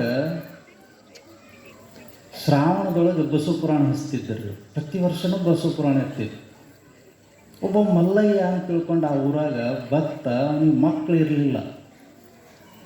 ಶಿವಗಳಂತ್ಯಕ ಮಠಕ್ಕೆ ನಡ್ಕೊಂಡ್ರೆ ನನ್ನ ಮಕ್ಕಳಾಗಬಹುದು ಅಂತ ತಿಳ್ಕೊಂಡು ತನ್ನ ತಲೆಯಾಗನ ತೊಗೊಂಡು ಮಠಕ್ಕೆ ನಡ್ಕೊಳಕ್ಕೆ ಶುರು ಮಾಡೋದು. ನಡ್ಕೊಳ್ಳೋದಂದ್ರೆ 2 ತೊಗರಿ ಕಟ್ಟಿಗೆ ಅಂತ ಊದಿನ ಕಡ್ಡಿ ತೊಗೊಂಬಂದು ಬೆಳಗೋದಲ್ಲ. ನಡ್ಕೊಳ್ಳೋದಂತಂದ್ರೆ ಮಠಕ್ಕೆ ಬಂದು ಕಸ ಹೊಡೆಯೋದು, ಅಡುಗೆ ಮಾಡೋದು, ಭಾಂಡೆ ಸಾಮಾನು ತೊಳೆಯೋದು, ಆಮೇಲೆ ಏನಾದರೂ ಭಕ್ತರು ಬಂದರು ಅಂತಂದ್ರೆ ಇದ್ದಿದ್ದನ್ನು ನೀಡಿ ಉಣಿಸಿ ಅವ್ರನ್ನ ತಣಿಸಿ ಕಳಿಸೋದು. ಇದು ಮಠಕ್ಕೆ ನಡ್ಕೊಳ್ಳೋದು, ದೇವಸ್ಥಾನಕ್ಕೆ ನಡ್ಕೊಳ್ಳೋದು. ಅದನ್ನು ಬಿಟ್ಟು ನಾವೇನು ಮಾಡ್ತೀವಿ ಅಂದ್ರೆ ಮಠಕ್ಕೆ ನಡ್ಕೊಳ್ಳೋದಂತ 2 ಊದಿನ ಕಡ್ಡಿ ಒಂದಿಷ್ಟು ಎಣ್ಣೆ ಬತ್ತಿ ತೊಗೊಂಡು ದೀಪ ಹಚ್ಚಿ ಆ ದೀಪದ ಕುಡಿ ಹಿಂಗೆ ಮಾಡಿ ಅದನ್ನು ಅಲ್ಲೇ ಗ್ವಾಡಿಗೆ ಒರೆಸಿ ಮಠ ಸ್ವಾಮಿ ಬೆಳ್ಕೊಂಡ್ರು ಅಂತ ತಿಳ್ಕೊಂಡು ಹೇಳಿ ಮನೆಗೆ ಹೋಗೋದು. ಅದಲ್ಲ ಸೇವಾ ಮಾಡೋದು. ಮಲ್ಲಯ್ಯ ಅಲ್ಲಿ ಬಂದನು ಅಂತಂತಂದ್ರೆ ಮಠದಾಗ ಸೇವಾ ಮಾಡ್ತಿದ್ದ. ಕಸ ಹೊಡೆಯೋದು, ನೆಲ ಒರೆಸೋದು, ಸಾರಿಸೋದು, ಹಿಂಗೆ ಏನಿದ್ರೂ ಮಾಡ್ತಿದ್ದ. ಮಾಡಿ 1 ತಾಸು ಮಾಡಿ ಮನೆಗೆ ಹೋಗ್ತಿದ್ದ. ಶ್ರಾವಣ ಮಾಸದೊಳಗೆ ಪ್ರತಿದಿನ ಭೋರಿ ಭೋಜನ ಅಂತ ಮಾಡ್ತಿದ್ದೆ. ಭೋರಿ ಭೋಜನ ಶಬ್ದಗಳು ನೋಡ್ರಿ ಅದಕ್ಕೆ ಹೆಂಗಿರ್ತದೆ. ಭೋರಿ ಭೋಜನ ನೀವು ಯಾವತ್ತೂ ಕೇಳಿರಂಗಿಲ್ಲ ಭೋರಿ ಭೋಜನ ಅಂತ. ಅಥಣಿ ಕಡೆಗೆಲ್ಲ ದೊಡ್ಡ ದೊಡ್ಡ ಹೋಳಿಗೆ ಮಾಡ್ತಾರ್ರಿ. ನಿಮ್ಮೂರಾಗ ಏನು ಚಿಬುಟಿ ಮಾಡ್ತೀರಿ ಇಷ್ಟಿಷ್ಟ, ಅವಾಗ ನಮ್ಮ ಕಲಬುರಗಿ ಕಡೆ ಚಿಬುಟಿ ಅಂತಾರೆ. ಏನಂತಾರೆ ರೀ? ಚಿಬುಟಿ ಅಂತಾರೆ. ಆ ಕಲಬುರಗಿ ಕಡೆಗೆ ಇಷ್ಟಿಷ್ಟ ನೀವು ಮಾಡ್ತಿರಲ್ಲ, ಇಂಥವು ಚಿಬುಟಿ ಮಾಡಿದ್ರಿ ಅಂತಂದ್ರೆ ಇವು ದೇವ್ರಿಗೆ ಹಿಡಿಯೋ ನಮ್ಗೆ ಯಾಕೆ ನೀಡಾಗತ್ತೀರಿ ಅಂತಾರೆ ಅವರು. ದೇವ್ರಿಗೆ ನೈವೇದ್ಯಕ್ಕೆ ಚಿಬುಟಿ ಮಾಡ್ತಾರೆ ರೀ. ನೀವು ಅಂಥ ಚಿಬುಟಿನ ನೀವು ಒಂದು ಉಣ್ಣಾಕನ್ನ ಒದ್ದಾಡ್ತೀರಿ. ನಮ್ಮ ಕಡೆಗೆ ಇಷ್ಟು ದೊಡ್ಡ ರೊಟ್ಟಿ ಮಾಡ್ತಿರಲ್ಲ, ಅಷ್ಟು ದೊಡ್ಡ ಹೋಳಿಗೆ ಮಾಡಿನ ಅವ 2 ಹೊಡಿತಾರೆ. ಸಾಂಬಾರು ಹಾಕ್ಕೊಂಡು ಹೊಡೆಯೋರು ಯಾರು, ಆಮೇಲಿಂದ ಈ ಹುಣಸೆ ಹಣ್ಣಿಂದ ಪಾನಕ ಮಾಡ್ತಾರೆ. ಆ ಪಾನಕದೊಳಗೆ ಎದ್ಕೊಂಡು ಹೊಡೆಯೋರು ಯಾರು, 2 3 ಹೋಳಿಗೆ ಹೊಡಿತಾರೆ. ನೀವು ಒಂದು ಹೋಳಿಗೆ ಅದು ಚಿಬುಟಿ ಇಟ್ಕೊಂಡು ಅದನ್ನು ಹಿಂಗೆ ತೊಗೊಂಡು ಒಂದಿಷ್ಟು ತುಪ್ಪ ಹಾಕ್ಕೊಂಡು ಅದಕ್ಕೆ ತಿವಿದು ತಿನ್ನೋದ್ರೊಳಗನ ಸ್ವಾಟಿ ವಾರಿಯಾಗಿ ಹುಟ್ಟಿರ್ತಾರೆ. ಆ ಭೋರಿ ಭೋಜನ ಅಂತಂತಂದ್ರೆ ಹೋಳಿಗೆ, ತುಪ್ಪ, ಹಾಲು ಇದಿಷ್ಟನ್ನು ಬಂದು ಭಕ್ತರಿಗೆಲ್ಲ ಊಟ ಮಾಡಿಸುವಂಥದ್ದು ಭೋರಿ ಭೋಜನ. ಮನೆ ದಿವಸ ನೀವು ಮಾಡಿದ ಭೋರಿ ಭೋಜನ ಇರುತ್ತೆ. ಅದನ್ನು ಅಥಣಿ ಒಳಗೆ ಮಾಡ್ತಿದ್ರು. ಅದು ಪುರಾಣದ ಮಂಗಲ ಕಾರ್ಯಕ್ರಮ. ಮಲ್ಲಯ್ಯ ಓಡಾಡಿ ನೀಡಾಕತ್ತಿದ್ದ. ಶಿವಗಳಂತ ಒಂದು ದಿವಸನೂ ಕೇಳಿದ್ದಿಲ್ಲ, ಯಪ್ಪ ನನ್ನ ಮಕ್ಕಳೆಲ್ಲ ಆಶೀರ್ವಾದ ಮಾಡೋದು ಕೇಳಿದ್ದಿಲ್ಲ. ಅವ್ರಿಗೆ ಗೊತ್ತಾಗಂಗಿಲ್ಲ ಏನಂತೇಳಿ ಮನಸ್ಸಿನಾಗ ಅಂದ್ಕೊಂಡಿದ್ದವ. ಅವ್ರು ದೊಡ್ಡ ಶಿವಗಳು, ಅವ್ರಿಗೆ ಗೊತ್ತಾಗಂಗಿಲ್ಲ ನಾನು ಸೇವಾ ಮಾಡೋದು, ನನ್ನ ಮಕ್ಕಳಿಲ್ಲ ಅನ್ನೋದು ಗೊತ್ತಾಗಂಗಿಲ್ಲ ಅಂತ ಅಂದ್ಕೊಂಡಿದ್ದ. ಆ ದಿವಸ ಕೊನೆಯ ದಿವಸ ಊಟಕ್ಕೆ ನೀಡಕತ್ತಿದ್ನಲ್ಲ, ಒಂದು ಮುದುಕಿ ಬಂತ್ರಿ. ಮೈ ಮೇಲೆ ಹರಿದು ಸೀರೆ, ಭಾಳ ವಯಸ್ಸಾಗಿತ್ತು. ಬಂದು ಅಲ್ಲಿ ಹಿತ್ತಲದೊಳಗೆ ಯೋಗ ಮಂಟಪ ಅಂತ ಐತಿ, ಅಲ್ಲಿ ಕುಂತಿದ್ರು ಶಿವಗಳು. ಮಧ್ಯಾಹ್ನದೊಳಗೆ ಬಂದು ನಮಸ್ಕಾರ ಮಾಡ್ತೀನಿ ಮುದುಕಿ. ಅಲ್ಲಿ ಹೊರಗಡೆ ಅಂಗಳದೊಳಗೆ ಊಟ ನಡೆದೈತಿ, ಎಲ್ಲರೂ ಪ್ರಸಾದ ಮಾಡಕತ್ತಾರ. ಮುದುಕಿ ಅಲ್ಲಿ ಹೋಗಲಿಲ್ಲ. ಶಿವಗಳಂತ ಬಂದು ಶಿವಯೋಗಿಗಳಿಗೆ ನಮಸ್ಕಾರ ಮಾಡಿ, ಯಪ್ಪ ಹೊಟ್ಟೆ ಹಸದೈತಿ ಊಟ ಕೊಡು ಅಂತ ಕೇಳಿದ್ರು. ಪರೀಕ್ಷಾ ಕಾಲ ಹೆಂಗಿರ್ತೈತಿ ನೋಡ್ರಿ. ಅವಾಗ ಶಿವಗಳು ಹಿಂಗೆ ನೋಡಿ ತಡಿಯುವ ಅಂತ ತಿಳ್ಕೊಂಡು ಹೇಳಿ ಮಲ್ಲೈ ಕರೆದ್ರು. ಮಲ್ಲೈ ಕರೆಸಿದ್ರು, ಬಾರಪ್ಪ ಇಲ್ಲಿ ಬಂದ ಯಪ್ಪ ಅಂತಂದು. ಈ ತಾಯಿ ಕರ್ಕೊಂಡು ಹೋಗು, ಹೊಟ್ಟೆ ತುಂಬ ಊಟ ಮಾಡಿಸು, ಒಂದು ಜೊತೆ ಬಟ್ಟೆ ಕೊಟ್ಟು ಕಳಿಸು ಅಂತ ಹೇಳಿದರು. ಆಯಿತು ಅಂತ ತಿಳ್ಕೊಂಡು ಹೇಳಿ ಆ ಎಮ್ಮಕ್ಕೆ ಕರ್ಕೊಂಡು ಹೋಗಿ ಕುಂಡ್ರಿಸಿ ಊಟ ಮಾಡಿಸಿ, ಊಟ ಮಾಡೋದ್ರೊಳಗೆ ಹೋಗಿ ಬಟ್ಟೆ ತೊಗೊಂಡು ಬಂದ. ಆ ಊಟ ಮಾಡಿದ ಬಳಿಕ ಆ ಬಟ್ಟಿನ ಉಡ್ಯಾಕೆ ಕೊಟ್ಟ ಕೈ ಮುಗಿದ. ಬಾಯಪ್ಪ, ಅಪ್ಪನ ಕರ್ಕೊಂಡು ಹೋಗಿ ಅಪ್ಪನಂತೆ ಕರ್ಕೊಂಡು ಹೋಗಿ ನಿನಗೆ ಆಶೀರ್ವಾದ ಮಾಡಿಸ್ತೀನಿ ಬಾ ಅಂತ ಆ ಮುದುಕಿ ಅವನು ಕೈ ಹಿಡಿದು ಕರ್ಕೊಂಡು ಬಂದು ಶಿವಗಳಂತೆ ಬಂದು ಕೂತ್ಕೊಂಡು ನಮಸ್ಕಾರ ಮಾಡಿ, ಮೆಟ್ಲದವು ಮೆಟ್ಲಿದ್ದು ಈಗಿಲ್ಲ, ಮೆಟ್ಲ ಮೇಲೆ ಕೂತ್ಕೊಂಡು ನಮಸ್ಕಾರ ಮಾಡಿ ಶಿವಯೋಗಿಗಳಿಗೆ ಅಪ್ಪಣೆ ಮಾಡ್ತಾಳ್ರಿ ಈಕಿ ಮುದುಕಿ. ಎಷ್ಟು ಮಜಾ ಐತೆ ನೋಡಿ. ಯಪ್ಪ, ಈ ಮಲ್ಲಯ್ಯಗೆ ಆಶೀರ್ವಾದ ಮಾಡು, ನೀ ಹೇಳ್ದಂಗೆ ನನಗೆ ಊಟ ಮಾಡಿಸದ, ಬಟ್ಟೆ ಕೊಟ್ಟಾನ, ಇಲ್ಲಿ ನೋಡಿ ಉಡ್ಯಾಗ ಬಟ್ಟೆ ಅದಾವ, ಇವನಿಗೆ ಆಶೀರ್ವಾದ ಮಾಡಿಕೊ, ಒಳ್ಳೇದಾಗಲಿ ಅಂತೇಳಿ ಶಿವಯೋಗಿಗಳಂತಾರ. ಅದಕ್ಕೆ ಶಿವಯೋಗಿಗಳಂತಾರ, ಯವ್ವ ನಾ ಆಶೀರ್ವಾದ ಮಾಡೋದೇನೈತವ, ನೀನ ಆಶೀರ್ವಾದ ಮಾಡು ಅಂತೇಳಂತಾರೆ. ಮಹಾನ್ ತಪಸ್ವಿ ಅಥಣಿ ಮುರುಗೇಂದ್ರ ಶಿವಗಳಂದ್ರೆ ಅವ್ರ ಮುಂದೆ ಆ ಮುದುಕಿ ಕೂತ್ಕೊಂಡು ಹೊಳ್ಳಿ ಆ ಮಲ್ಲಯ್ಯನ ಕಡೆ ಹಿಂಗೆ ಎರಡೂ ಕೈ ಎತ್ತಿ ಹೇಳ್ತಾಳೆ, ನಿನಗೆ ಒಳ್ಳೇದಾಗಲಿಪ್ಪ ಅಂತ ತಿಳ್ಕೊಂಡು ಹೇಳ್ತಾಳವ. ಅದರ ಪರಿಣಾಮ ಮುಂದಿನ ವರ್ಷ ಶ್ರಾವಣ ಮಾಸಕ್ಕೆ ಒಂದು ಗಂಡು ಮಗುನ ಎತ್ಕೊಂಡು ಬಂದವ ಮಲ್ಲಯ್ಯ. ಇದು ದಾಸೋಹದ ಮಹಿಮೆ ರೀ. ದಾಸೋಹ ಅಂತೇಳಂತಂದ್ರೆ ಗಂಡು ಮಾಡೋದಲ್ಲ, ನಾವು ತಿಳಿದು ಮಾಡೋದು, ಅದು ದಾಸೋಹ ಅನಿಸ್ಕೊಳ್ತದೆ. ಅಂಥ ದಾಸೋಹ ಇವತ್ತಿನ ದಿವಸ ನಡೆದೈತಿ ಅಂತೇಳಂತಂದ್ರೆ ಅದು ನೇರ್ಲಿಗೆ ಗ್ರಾಮದೊಳಗೆ ತಿಳಿದು ಮಾಡೋ ದಾಸೋಹ ಇದೆ. ಇಂಥ ದಾಸೋಹದೊಳಗೆ ಸುತ್ತಲ ಹಳ್ಳಿ ಭಕ್ತರೆಲ್ಲ ಬಂದು, ಗಡಿ ಇಲ್ಲದಂಥವ್ರು ಅಗಡಿಯವರು ಸಹಿತ ಬಂದಾರ ಅವ್ರು. ಅವರೆಲ್ಲ ಬಂದು ಇಲ್ಲಿ ದಾಸೋಹ ಪಾಲ್ಗೊಂಡಿರ್ತಕ್ಕಂಥದ್ದು. ನಿನ್ನೆ ದಿವಸ ನಮ್ಮ ಬೆಳ್ಳಟ್ಟಿಯವರು ಬಂದಿರತಕ್ಕಂಥದ್ದು, ನಮ್ಮ ಮರೋಳದವ್ರು ದಿನ ಒಬ್ಬರಿಬ್ಬರು ಇರ್ತಾರೆ. ನಮ್ಮ ಶೆಟ್ರು ಬೆಳಗ್ಗೆಯವ್ರು ಒಂಚೂರು ಎದ್ದು ನಿಂತ್ಕೊಂಡು ಮುಖ ತೋರಿಸ್ರಿ ಎಲ್ಲರಿಗೆ, ಅವರು ದಿನ ಬಂದಿರ್ತಾರೆ. ಅವ್ರು ಪುಣ್ಯಾತ್ಮರು, ಯಾರು ಬರಲಿಲ್ಲ ಅಂದ್ರೆ ನಾವೊಬ್ಬ ಇರ್ತೀನಿ ಅಂತಾರೆ. ಅವರೊಬ್ಬರು ದಿನ ಬಂದಿರ್ತಾರೆ. ನಮ್ಮ ಲಕ್ಷ್ಮೀ ತಾಯಿ ಬಂದಾಳ ಮರೋಳದಿಂದ, ಈ ಒಂಚೂರು ಎದ್ದು ಮುಖ ತೋರಿಸುವಯ್ಯವ ಲಕ್ಷ್ಮೀ ತಾಯಿ ಬಂದಾಳ. ಅವ್ರ ಜೊತೆಗೆ ಮತ್ತು ಭಾಳ ಜನ ಬಂದಾರೆ. ಈ ತಾಯಿ ಬಂದಾಳ. ಅವ್ರ ಜೊತೆಗೆ ಮತ್ತು ತಾಯಂದರು ಭಾಳ ಜನ ಇತ್ತ ಥಂಡಿ ಒಳಗೆ ಬಂದಾರ ನೋಡ್ರಿ. ಅವರೆಲ್ಲ ತಾಯಂದರು ಕೂಡಿ ಅವರು ಸುಮ್ಮನೆ ಸಾಮಾನ್ಯ ಗೃಹಿಣಿ ರೀ. ಲಕ್ಷ್ಮೀ ತಾಯಿ ಸಾಮಾನ್ಯ ಗೃಹಿಣಿ. ಮೊನ್ನೆ ನಾನು ಅಲ್ಲಿ ಪುರಾಣಕ್ಕೆ ಹೋದಾಗ, ದೇವಿ ಪುರಾಣಕ್ಕೆ ಹೋದಾಗ ನನ್ನ ಮೇಲೆ ಕವನ ಬರೆದು ಆ ಕವನ ಪ್ರಿಂಟ್ ಮಾಡಿ ಕೊಟ್ಟಾಳ ತಾಯಿ. ನೋಡ್ರಿ, ಒಂದು ಚಲೋತನಾಗಿ ಅಪಗೋಳದಂಥವ್ರದ್ದು ಜ್ಞಾನಿಗಳದ್ದು ಪುರಾಣ ಪ್ರವಚನ ಕೇಳಿದ್ರೆ ಒಬ್ಬ ಮನುಷ್ಯನಲ್ಲಿ ಕವಿತ್ವ ಶಕ್ತಿ ಹುಟ್ಟುತ್ತದೆ ಅನ್ನೋದಕ್ಕೆ ನಮ್ಮ ಲಕ್ಷ್ಮೀ ತಾಯಿ ಪ್ರತ್ಯಕ್ಷ. ಇಂಥವ್ರು ಭಾಳ ಜನ ಇಲ್ಲಿ ಕೂತ್ಕೊಂಡಿರ್ತಕ್ಕಂಥದ್ದು, ಭಾಳಷ್ಟು ಜನ ಇದ್ದೀರಿ. ನೀವೆಲ್ಲರೂ ಸಾಮಾನ್ಯರಲ್ಲ. ನಿಮ್ಮೆಲ್ಲರಲ್ಲಿ ಕವಿತ್ವ ಶಕ್ತಿ ಐತಿ. ಬೀಸುವಂಥ ಹಾಡ್ತೀರಿ, ಕುಟುಗುವಂಥ ಹಾಡ್ತೀರಿ. ಆಮೇಲಿಂದ ಎಲ್ಲೋ ಹೊಲಕ್ಕೆ ಹೋಗುವಂಥ ಹಂಗೆ ಸಮಯದೊಳಗೆ ಹಾಡ್ಕೊತ ಹೋಗ್ತೀರಿ. ಆ ಹಾಡು, ಆ ಒಗಟುಗಳು ಎಷ್ಟು ಮಜಾ ಇರ್ತಾವೆ ನೋಡ್ರಿ. ಒಗಟುಗಳು ಎಷ್ಟು ಮಜಾ ಇರ್ತಾವ್ರಿ. ಆ ಒಗಟುಗಳನ್ನು ಹೇಳ್ತಕ್ಕಂಥ ಪರಂಪರೆ, ಹಾಡುಗಳನ್ನು ಹೇಳ್ತಕ್ಕಂಥ ಪರಂಪರೆ, ಸೋಬಾನ ಪದ್ಯಗಳನ್ನು ಹೇಳ್ತಕ್ಕಂಥ ಪರಂಪರೆ, ಅವೆಲ್ಲ ನಾವು ಮುಂದುವರಿಸಬೇಕಾಗೈತಿ. ಆ ಕವಿತ್ವ ಶಕ್ತಿ ನಿಮ್ಮೆಲ್ಲರಲ್ಲಿಯೂ ಐತಿ. ಸ್ವಲ್ಪ ಹೇಳುವಂಥ ಪ್ರವಚನಗಳನ್ನು, ಉಪದೇಶಗಳನ್ನು ಚೆನ್ನಾಗಿ ಕೇಳಿಬಿಟ್ರೆ ಸಾಕು, ನಮ್ಮ ಮನಸ್ಸು ಮಾನಸ ಸರೋವರ ಆಗಿಬಿಡ್ತೈತಿ. ಅದು ನಮ್ಮಲ್ಲಿ ಬೇಕಾಗ್ತದೆ. ಅಂಥದ್ದೊಂದು ವ್ಯವಸ್ಥೆ ಇವತ್ತಿನ ದಿವಸ ಕಲ್ಪಿಸಿಕೊಟ್ಟಿರ್ತಕ್ಕಂಥದ್ದು ಈ ನೀರ್ಲಿಗೆ ಗ್ರಾಮದೊಳಗೆ. ಇಡೀ ಊರು ಜಗಮಗ ಅನ್ನಕತ್ತೈತಿ. ಹಬ್ಬದ ವಾತಾವರಣ ಎಷ್ಟು ಅದ್ಭುತ ಆಗೈತೆ ಅಂತಂದ್ರೆ, ನಾವು 4 ದಿವಸ ಊರಾಗ ಪ್ರತಿಯೊಬ್ಬರ ಮನೆಗೂ ಪಟ್ಟಿ ಹೋದಿವಿ. ಇಲ್ಲಿ ಊರಾಗ ಪಟ್ಟಿ ಮಾಡೋಣ ಅಂತ ತಿಳ್ಕೊಂಡು ಅಪ್ಪಗಳು ನಾವು ಇಬ್ಬರು ಕೂಡ ಹೋದಿವಿ. ಪ್ರತಿಯೊಬ್ಬರು ಮನೆಯ ಮುಂದುಗಡೆನೂ ಎಲ್ಲ ಸ್ವಚ್ಛ ಕಸ ಹೊಡೆದಾರ. ಅವರು ಎಷ್ಟು ವರ್ಷ ಆಗಿದ್ವು ಒಂದೊಂದು ಸಂಧಿಗಳು ಕಸ ಹೊಡೆಯಲ್ದು ಇವತ್ತು ಸ್ವಚ್ಛ ಆಗ್ಯಾವ ಅಂತೇಳಂತಂದ್ರೆ, ಸ್ವಚ್ಛ ಗ್ರಾಮ ಅಂತ ಇವತ್ತೇನಾದ್ರು ಸರ್ಕಾರ ಘೋಷಣೆ ಮಾಡ್ತಂತಂದ್ರೆ ಅದು ನೀರಿಗೆ ಗ್ರಾಮಕ್ಕೆ ಕೊಡಬೇಕು. ಅಷ್ಟು ಸ್ವಚ್ಛ ಆಗೈತಿ. ಸಂಜೆ ಬಂದು ಎಲ್ಲ ಸ್ವಚ್ಛ ಮಾಡಿ ರಂಗೋಲಿ ಹಾಕಿ, ಅದು ಕಲರ್ ರಂಗೋಲಿ ಹಾಕಿದ.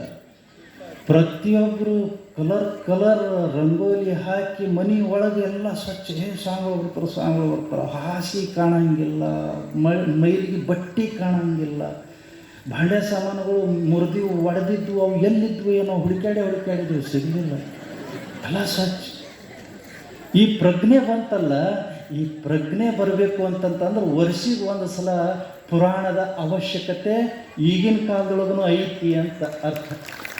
ಯಾಕ್ರಿ ಈಗಿನ ಕಾಲದೊಳಗೂ ಪುರಾಣದ ಅವಶ್ಯಕತೆ ಐತಿ. ಪ್ರಜ್ಞೆ ಸಮಾಜದೊಳಗೆ ಬರಬೇಕು, ಒಂದಿಷ್ಟು ಸ್ವಚ್ಛತೆ ಇರಬೇಕು, ಒಂದಿಷ್ಟು ಸುಂದರವಾಗಿರಬೇಕು, ಒಂದಿಷ್ಟು ನಾವು ನೆಮ್ಮದಿಯಿಂದಿರಬೇಕು ಅನ್ನುವಂಥ, ಎಲ್ಲರೂ ಅಣ್ಣ ತಮ್ಮಂದಿರಂತೆ ಬದುಕಬೇಕು, ಕೂಡಿ ಬಾಳಬೇಕು ಅನ್ನುವಂಥ ಒಂದು ಭಾವನೆ ಬರಬೇಕು ಅಂತಂತಂದ್ರೆ ಇಂಥ ಪುರಾಣಗಳ ಅವಶ್ಯಕತೆ ಐತಿ, ಪ್ರವಚನಗಳ ಅವಶ್ಯಕತೆ ಐತಿ. ನಾವು ನಾವು ಇಲ್ಲಿ ಕ್ವಾಟೆ ಅಂತ ಐತಿ ನೋಡ್ರಿ, ಈ ಕಡೆ ಕ್ವಾಟೆ ಅಂತ ಐತ್ರಿ, ಅಲ್ಲೊಂದು 25-35 ಮನೆ ಅದಾವೆ. ಹೋದಿವಿ, ಆ ಮನೆಯೊಳಗೆ ಹೋದಿವಿ, ಮ್ಯಾಲ ತಗಡಿನ ಸೀಟ್ ಅದಾವ್ರಿ, ಸಿಮೆಂಟ್ ಸೀಟ್, ಜನತಾ ಮನೆ ಇದ್ದಷ್ಟು ಮನೆ ಐತಿ. ಹಿಂಗೆ ಅಕ್ಕಪಕ್ಕದೊಳಗೆ ಕುರ್ಜ ಹಾಕಿ ಕುಂಡ್ರಿಸಿದ್ರು. ಒಂದು ಸಣ್ಣದ ಮಗಳಿತ್ತು ಆ ಮನೆಯೊಳಗೆ, ಒಂದು 10ನೇ ಓದುವಂಥ ಮಗಳು, ಒಂದು ಸಣ್ಣ ಮಗಳಿತ್ತು. ಗಾಡಿ ಮೇಲೆಲ್ಲ ಏನೇನೋ ಬರೆದು ಈ ಶಾಲೆಗೆ ಬೇಕಾಗಿರ್ತಕ್ಕಂಥವು ಮ್ಯಾಥಮೆಟಿಕ್ಸು, ಸೈನ್ಸು, ಸೋಷಿಯಾಲಜಿ ಇವೆಲ್ಲ ಬರೆದು ಅಂಟಿಸಿದ್ದು. ನನಗೆ ಭಾಳ ಖುಷಿ ಆಯ್ತು. ಎಲ್ಲ ಮನೆಯೊಳಗೆ, ಭಾಳಷ್ಟು ಮನೆಯೊಳಗೆ ನೋಡಿದ್ರೆ ಯಾವ್ಯಾವ ದೇವ್ರ ಫೋಟೋ ಹಾಕಿರ್ತಾರೆ, ಯಾವ್ಯಾವ ಈ ಹಣ್ಣು ಹಂಪಲದ ಫೋಟೋ ಹಾಕಿರ್ತಾರೆ, ಯಾವ್ಯಾವ ಸಣ್ಣ ಮಕ್ಕಳದ ಫೋಟೋ ಹಾಕಿರ್ತಾರೆ, ಏನೇನೋ ಹಾಕಿರ್ತಾರೆ. ಈ ಮಗು ನಾನು ದಿನ ಅಡ್ಡಾಡ್ಬೇಕಾದ್ರೆ ಇದನ್ನು ನೋಡಿದ್ನಿ ಅಂತಂದ್ರೆ ಅದು ನನ್ನ ತಲೆಯೊಳಗೆ ಬರಬೇಕಲ್ಲ, ನೆನಪಿಗೆ ಬರಬೇಕಲ್ಲ ಅಂತ ತಿಳ್ಕೊಂಡು ಎಷ್ಟು ಐಡಿಯಾ ಮಾಡೈತಲ್ಲ ಅಂತ ತಿಳ್ಕೊಂಡು ನಾನು ಹಿಂಗೆ ನೋಡಕತ್ತಿದ್ದೆ. ನೋಡುವಾಗ ಅದರ ಒಳಗೆ ಒಂದು ಅಂಟಿಸಿತ್ತು ರೀ, ಒಂದು ಪೇಜ್ ಅಂಟಿಸಿತ್ತು. ಅದ್ರ ಮೇಲೆ IAS ಅಂತ ಬರೆದಿತ್ತು, IAS. ನಮ್ಮ ಸತೀಶ್ ಅವರು ಹೇಳುವಾಗ DC ಅಂತ ಹೇಳಿದ್ರಲ್ಲ, DC ಅಂತ ಹೇಳಬೇಕಾದ್ರೆ ಸತೀಶ್ ಅವ್ರನ್ನ ನೆನೆಸ್ಕೋಬೇಕಾಗೈತಿ. ಅವ್ರನ್ನ ಮುಂದಿನ ವರ್ಷ ಪುರಾಣಕ್ಕೆ ಹಚ್ಚಕ್ಕೆ ಅಡ್ಡಿ ಇಲ್ಲ, ಚೆನ್ನಾಗಿ ಮಾತಾಡ್ತಾರೆ ಅವರು. DC ಅಂತ ಹೇಳ್ತಿರಲ್ಲ, IAS ಪಾಸ್ ಮಾಡಿದ್ರೆ DC ಆಗಕ್ಕೆ ಬರ್ತದೆ ರೀ, ಡಿಸ್ಟಿಕ್ ಕಲೆಕ್ಟ್ರ್ ಆಗಕ್ಕೆ ಬರ್ತೈತಿ DC ಆಗಕ್ಕೆ. IAS ಪಾಸ್ ಮಾಡಬೇಕು. ಆ IAS ಅಂತ ಬರೆದಿತ್ತು ಆ ಹುಡುಗಿ. ನಾನು ಅಬ್ಸರ್ವ್ ಮಾಡಿದ್ದೀನಿ, ಸೈನ್ಸ್ ಐತಿ, ಮ್ಯಾಥಮೆಟಿಕ್ಸ್ ಐತಿ, ಸೋಷಿಯಲ್ ಐತಿ, ಇವೆಲ್ಲ ಅದಾವ. ಈ IAS ಏನು ನನಗೆ ಕನ್ಫ್ಯೂಸ್. ಆ ಹುಡುಗಿ ಕೇಳಿದೆ, ಇದು ನೀನಾ ಬರೆದಿಯಮ್ಮ ಅಂತ ಕೇಳಿದೆ. ಹೌದ್ರಿ ಅಂತಂದ್ರು. ಮತ್ತು ಇದು ಏನು IAS ಅಂದ್ರೆ ಏನು ಅಂತೇಳಂತಂದ್ರೆ, ನಾನು IAS ಆಗ್ಬೇಕಂತೇನ್ರಿ ಅಂತೇಳಂತಂದ್ರು. ಇದು ಕನಸು. ಇದು ಮಕ್ಕಳಲ್ಲಿ ಕನಸು ಬರಬೇಕ್ರಿ. IAS ಆಗೋದಂದ್ರೆ ಸುಮ್ಮನೆ ಸುಲಭ ಅಲ್ಲ. 3 ವರ್ಷ 4 ವರ್ಷ 5 ವರ್ಷ ಕಂಟಿನ್ಯೂ ಓದಬೇಕು, ಕಷ್ಟಪಟ್ಟು ಓದಬೇಕು, ರಾತ್ರಿ ಬೆಳತನ ಹಗಲು ಓದಬೇಕು. ಓದಿದ ಬಳಿಕ ನ್ಯಾಷನಲ್ ಲೆವೆಲ್ದೊಳಗೆ ಒಂದು ಪರೀಕ್ಷೆ ತೊಗೊತಾರ. ಆ ಪರೀಕ್ಷೆ ಒಳಗೆ IAS ಪಾಸ್ ಮಾಡಿದ್ರಿ ಅಂತಂದ್ರೆ 5 ಸಲ ಪರೀಕ್ಷೆ ಇರ್ತಾವೆ, ಹೌದಲ್ರಿ?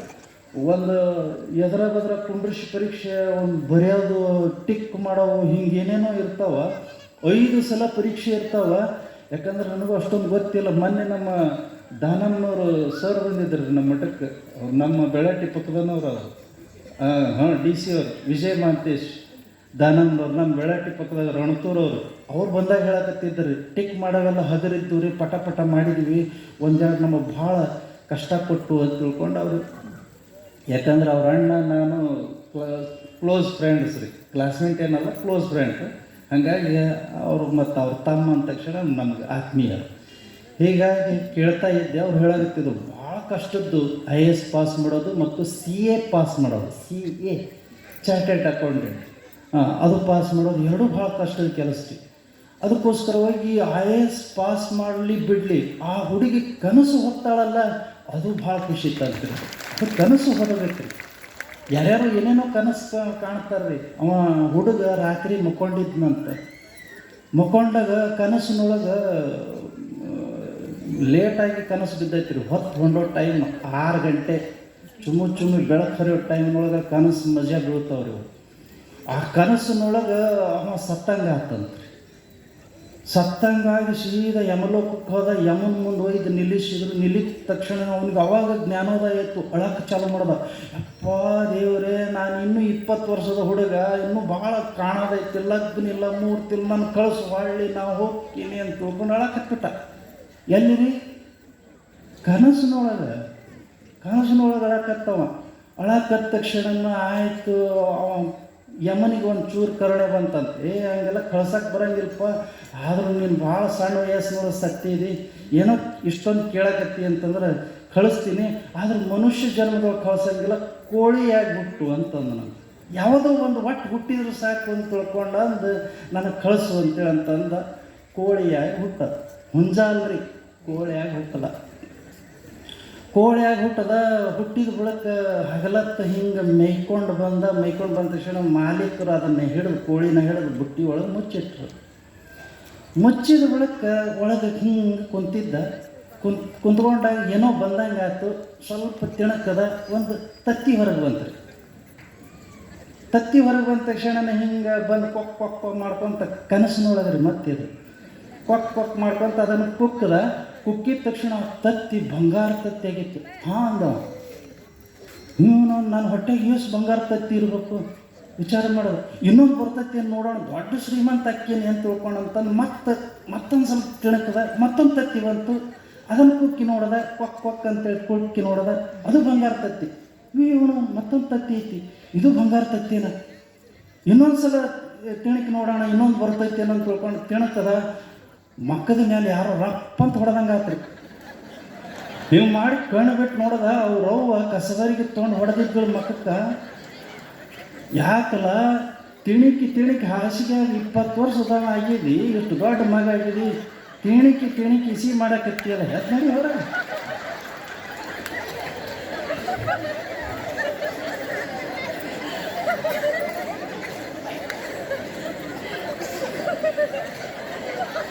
ಎಂತಿಂತ ಕನಸು ಕಾಣ್ತಾರ್ರಿ, ಏನು ಸುದ್ದಿ. ಕನಸಿನೊಳಗೆ ಅದನ್ನು ಚಲೋ ಕನಸು ಕಾಣಬೇಕ.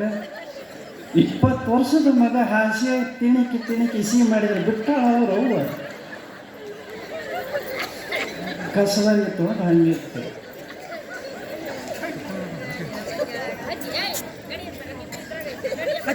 ಇಂಥ ಕನಸು ಕಾಣೋದಲ್ಲ, ಕನಸು ಕಾಣಬೇಕು. ನಮ್ಮ ಮಕ್ಕಳು ಎಂಥ ಕನಸು ಕಾಣಬೇಕು ಅಂತೇಳಿ ಅಂತಂತಂದ್ರೆ IAS ಆಗ್ತೀನಿ ಅಂತ ಕನಸು ಕಾಣಬೇಕು.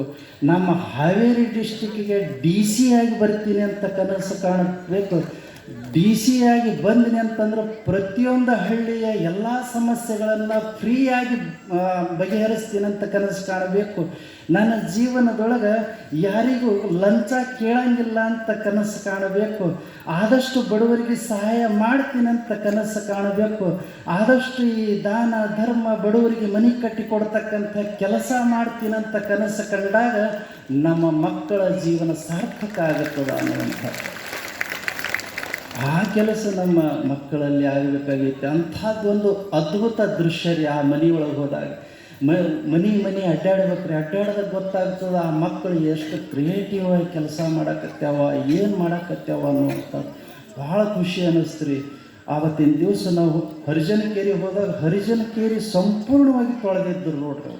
ನೀರು ಹಾಕಿ ತೊಳೆದು ಪ್ರತಿಯೊಬ್ಬರ ಮನೆ ಮುಂದೂ ರಂಗೋಲಿ ಹಾಕಿ, ಇವತ್ತು ನಮ್ಮ ಮನೆಗೆ ಅಜ್ಜರು ಬರ್ತಾರೆ, ಇವತ್ತು ನಮ್ಮ ಮನೆಗೆ ಅಜ್ಜರು ಬರ್ತಾರೆ. ಆಮೇಲಿಂದ ಒಂದು 4-6 ಜನ ಹರಿಜನಕೇರಿ ಒಳಗೆ ಹೆಣ್ಮಕ್ಳು ಪ್ರತಿಯೊಂದು ಮನೆಗೂ ಅಡ್ಡಾಡಿದ್ರು ರೀ. ನಮ್ಮ ಮನೆಗೆ ಬರೋದ ನೀವು ಪುಣ್ಯ ರೀ ನಮ್ಮದು ಅಂತ ತಿಳ್ಕೊಂಡು ಪ್ರತಿಯೊಂದು ಮನೆಗೂ ಅಡ್ಡಾಡಿದರು. ಆಮೇಲಿಂದ ಆ ಪ್ಲಾಟಿಂದು ಒಬ್ಬರು ಮೇಡಮ್ ಅವರು, ಅಮ್ಮರು, ಮಾಜಿ ಮೆಂಬರ್, ಅವರು ನಮ್ಮ ಹಿಂದೆ ನಾವೆಲ್ಲಿ ಹೋಗ್ತೀವಿ ಅಲ್ಲಿ ಬಂದರು. ನನ್ನ ಜೀವನದೊಳಗೆ ನನಗೆ ಆಶ್ಚರ್ಯ ಆಯಿತು. ನನ್ನ ಜೀವನದೊಳಗೆ ನಮ್ಮ ಮಠದ ಸಲುವಾಗಿ ಸುಮಾರು ಒಂದು 18 ವರ್ಷ ಭಿಕ್ಷಾ ಮಾಡಿರ್ಬೇಕು ರೀ. ಮನೆ ಅಡ್ಡಾಡಿ ಭಿಕ್ಷಾ ಮಾಡಿರ್ಬೇಕು.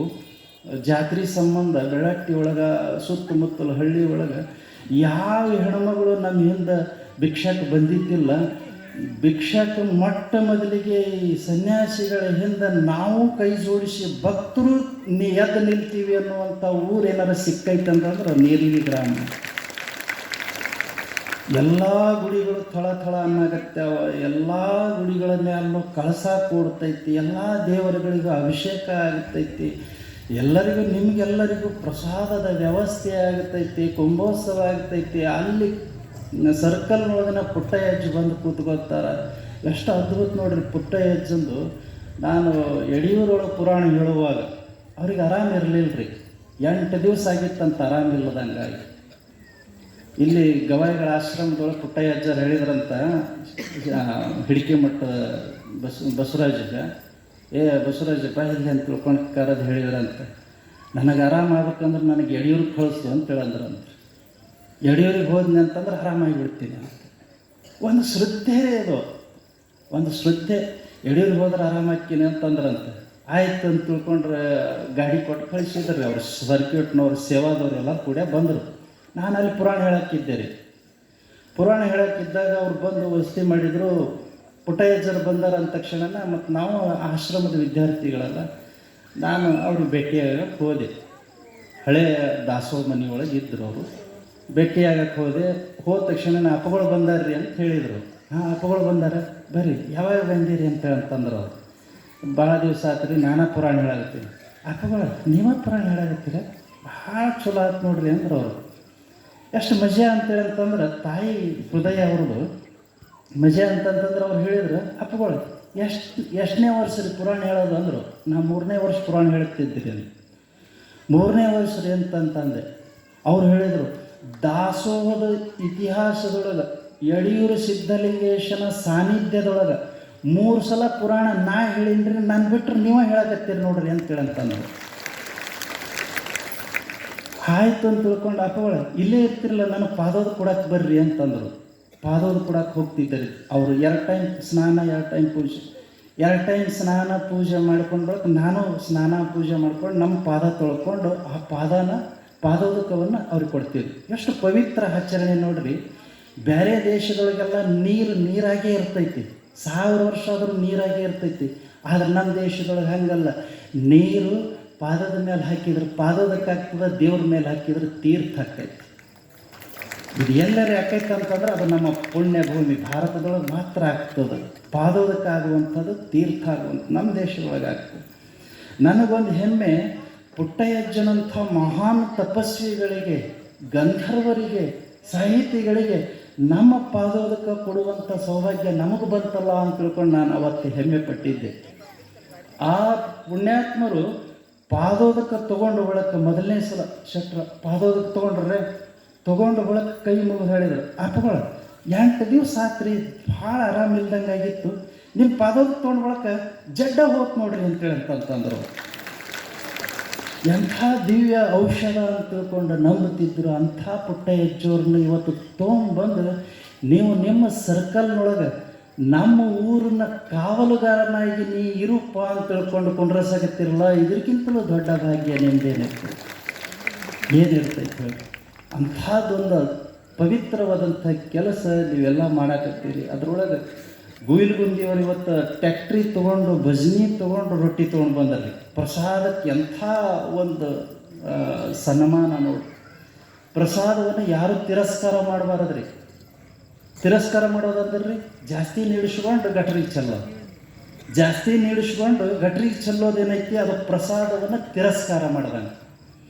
ನೀವು ಇವತ್ತು ಪ್ರಸಾದ ಇರ್ತದ ತಿರಸ್ಕಾರ ಮಾಡ್ತೀರಿ, ಮುಂದೊಂದು ದಿವಸ ಪ್ರಸಾದನೇ ನಿಮಗೆ ತಿರಸ್ಕಾರ ಮಾಡ್ತಂದ್ರೆ ಸ್ವಲ್ಪ ಇದೆಲ್ಲ ತಿಳುವಳಿಕೆ, ಸುಮ್ಮನೆ ನಗೋದಲ್ಲ, ತಿಳುವಳಿಕೆ. ಪ್ರಸಾದ ನಿಮಗೆ ತಿರಸ್ಕಾರ ಮಾಡ್ತಂದ್ರೆ ಏನಾಗ್ತೈತಿ ನಿಮ್ಮ ಹಣೆ ಬರ? ಯಾವತ್ತಾದ್ರೂ ವಿಚಾರ ಮಾಡಿದ್ರಿ? ಅದಕ್ಕೆ ಪ್ರಸಾದ ನಿಮಗೆ ತಿರಸ್ಕಾರ ಮಾಡಲ್ದಂಗೆ ಪ್ರಸಾದವನ್ನು ನೀವು ಗೌರವಿಸ್ರಿ. ಪ್ರಸಾದ ನೀವು ಸಾಯೋ ತನಕ ನಿಮ್ಮನ್ನು ಗೌರವಿಸ್ತೈತಿ. ಅಂಥ ಕೆಲಸವನ್ನು ಗುಯಿಲ್ಗುಂದಿ ಗ್ರಾಮಸ್ಥರು, ಇಡೀ ಗ್ರಾಮಸ್ಥರು ಸೇರಿಕೊಂಡು ರೊಟ್ಟಿನ ಟ್ಯಾಕ್ಟ್ರಿ ಒಳಗೆ ಇಟ್ಟುಕೊಂಡು ಆ ಟ್ಯಾಕ್ಟ್ರಿನ ಹೊಡ್ಕೊಂಡು ಭಜನಿ ತೊಗೊಂಡು ಬಂದು ಭಜನಿ ಮಾಡಿ ಪುರಾಣವನ್ನು ಪ್ರಾರಂಭ ಮಾಡಿದ್ರೆ ಆ ಗುಯಿಲ್ಗುಂದಿ ಭಕ್ತರಿಗೆ ಒಂದು ಸ್ವಲ್ಪ ಜೋರಾದ ಚಪ್ಪಾಳೆ. ಅದೇ ರೀತಿ ಒಳಗೆ 21 ಹಳ್ಳಿಯ ಭಕ್ತರು ಕೂಡ ತಮ್ಮ ಕೈಲಾದಷ್ಟು ಕಾಣಿಕೆಯನ್ನು, ರೊಟ್ಟಿ, ರೇಷನ್ನು ಎಲ್ಲ ತೊಗೊಂಡು ಬಂದು ಒಟ್ಟ್ಯಾರ. ಎದಕ್ಕೆ ಒಟ್ಟ್ಯಾರ ಅಂತೇಳಿ ಅಂತಂದ್ರೆ ನಮ್ಮ ಮನೆಯಾಗ ಹೆಚ್ಚಾಗೈತೆ ಅಂತ ಒಟ್ಟಿಲ್ಲ ಅವರು. ನಮ್ಮ ಮನೆಯಾಗ ಹೆಚ್ಚಾಗೈತೆ ಒಂದಷ್ಟು ಕೊಟ್ಟು ಕಳ್ಸೋಣ ಅಂತ ಒಟ್ಟಿಲ್ಲ. ಸತ್ಕಾರ್ಯವನ್ನು ಮಾಡಾಕತ್ಯಾರ, ಸತ್ಕಾರ್ಯಕ್ಕೆ ಎಲ್ಲರಿಗೂ ಮುಟ್ಲಿ ಅಂತ ತಿಳ್ಕೊಂಡು ಕಳಿಸ್ಯಾರ ಅವರು. ಅದು ಮಹಾನ್ ದೊಡ್ಡ ಕೆಲಸ. ಹಿಂಗೆ ಒಂದು ದೊಡ್ಡ ಕಾರ್ಯಕ್ರಮ ಅಪ್ಪಗಳಂಥವ್ರು ಪ್ರವಚನ ಮಾಡಾಕತ್ತಿದ್ರು. 2,000, 4,000, 10,000 ಕ್ವಿಂಟಲ್ ಗಟ್ಟಲೆ ಕೊಡಾಕತ್ತಿದ್ರು. ಅವ್ರು ಯಾರು ನೀನು ಕೊಟ್ಟರು ನೋಡ್ರಿ, ಮೊನ್ನೆ ಕುರಿಗೆರು 5 ಕ್ವಿಂಟಲ್ ಬೋಂದೆ ಕೊಟ್ಟಾರ, 20 ಪಾಕೆಟ್ ಅಕ್ಕಿ ಕೊಟ್ಟಾರ, 1 ಡಬ್ಬಿ ಹಿಂಗೆ ಕೊಟ್ಟಾರ. ಭಾಳ ಜನ ಕೊಟ್ಟವ್ರು ಅದಾರ, ಕೊಡಾಕತ್ತಾರಲ್ಲ. ಹಿಂಗೆ ಕೊಡೋದನ್ನು ನೋಡಿ ಒಂದು ಮುದುಕಿರಿ ಪಾಪ ಅದಕ್ಕೆ ಹಿಂದೆ ಮುಂದೆ ಯಾರು ಇರಲಿಲ್ಲ, ಮಕ್ಕಳು ಮರುಗಳು ಯಾರೂ ಇರಲಿಲ್ಲ, ಪಾಪ ಒಂದೇ ಮುದುಕಿ ಇರ್ತಿತ್ತು. ಇಲ್ಲೆಲ್ಲ ಐತ್ರಿ ಒಂದು ಮುದುಕಿ ಐತಿ, ಈ ಊರಾಗೂ ಕೂಡ ಒಂದು ಇಲ್ಲೇ ಈ ಸಂಧಿ ಒಳಗೆ ಹೋದ್ರೆ ಮುಂದೆ ಐತಿ ಒಂದು ಮುದುಕಿ ಪಾಪ ಐತಲ್ರಿ, ಒಂದೇ ಐತಿ ಪಾಪ, ಇಲ್ಲೇ ಕುಂತೈತಿ ನೋಡ್ರಿ ಪಾಪ ಮುದುಕಿ. ಅಯ್ಯವ್ವ ಇಲ್ಲೇ ಕುಂತಾಳಕ್ಕೆ. ಆಕೆ ನೋಡಿದಾಗ ನನಗೆ ಅದ ನೆನಪಾತು. ಹಾಂ, ಎದುರಾಗ ಕುಂತಾಳೆ, ನನ್ನ ಎದುರಾಗ ಬಸವಣ್ಣ ಕುಂತಾಳೆ ಶಿವನ ಮುಂದೆ. ಹಾಂ, ಆ ಮುದುಕಿ ಆ ತಾಯಿನ ನೋಡಿದಾಗ ನನಗೆ ಅನ್ನಿಸ್ತ, ಆ ಟೈಮ್ನೊಳಗೆ ಇದನ್ನ ಕತೆ ನೆನಪಾತು. ಆ ಮುದುಕಿ ಎಲ್ಲರೂ ಕ್ವಿಂಟಲ್ ಗಟ್ಟಲೆ ಕೊಡಾಕತ್ತಾರೆ, 1000 ಗಟ್ಟಲೆ ರೊಕ್ಕ ಕೊಡ್ತಾರೆ. ನನ್ನಂತೆ ಕೆಲ ಐತಿ, ನಾ ಎಲ್ಲಿ ದುಡಿಯೋಕೆ ಹೋಗಂಗಿಲ್ಲ, ವಯಸ್ಸಾಗೈತಿ, ನಾ ಏನು ಮಾಡಲಿ ಅಂತ ತಿಳ್ಕೊಂಡು ವಿಚಾರ ಮಾಡ್ಕೋ ಅಂತ ಕೊಂಡಿರ್ತಿತ್ತು. ಚಿಂತಿರ್ತಿತ್ತು ರೀ ಅದು. ಅಂದ್ರೆ ನಮ್ಮ ಕಡೆಗೆ ಅಂತಾರೆ, ನಿಮ್ಮ ಕಡೆಗೆ ಎಲೆ ಚೀಲ ಇಲ್ಲಿ ಸಿಗಿಸ್ಕೊಂತಿದ್ದು ನೋಡ್ರಿ ಮುದುಕ್ಯಾರ ಅದಾವಲ್ರಿ, ಇಲ್ಲಿ ಸಿಗಿಸ್ಕೊಂತಿದ್ದು. ಅದನ್ನು ಹಿಂಗೆ ತೆಗೆದ್ರು ಅಂತೇಳಂತಂದ್ರೆ ಅದ್ರೊಳಗೆ ಅಷ್ಟು ಇರ್ತಿತ್ತು ರೀ ಅದು.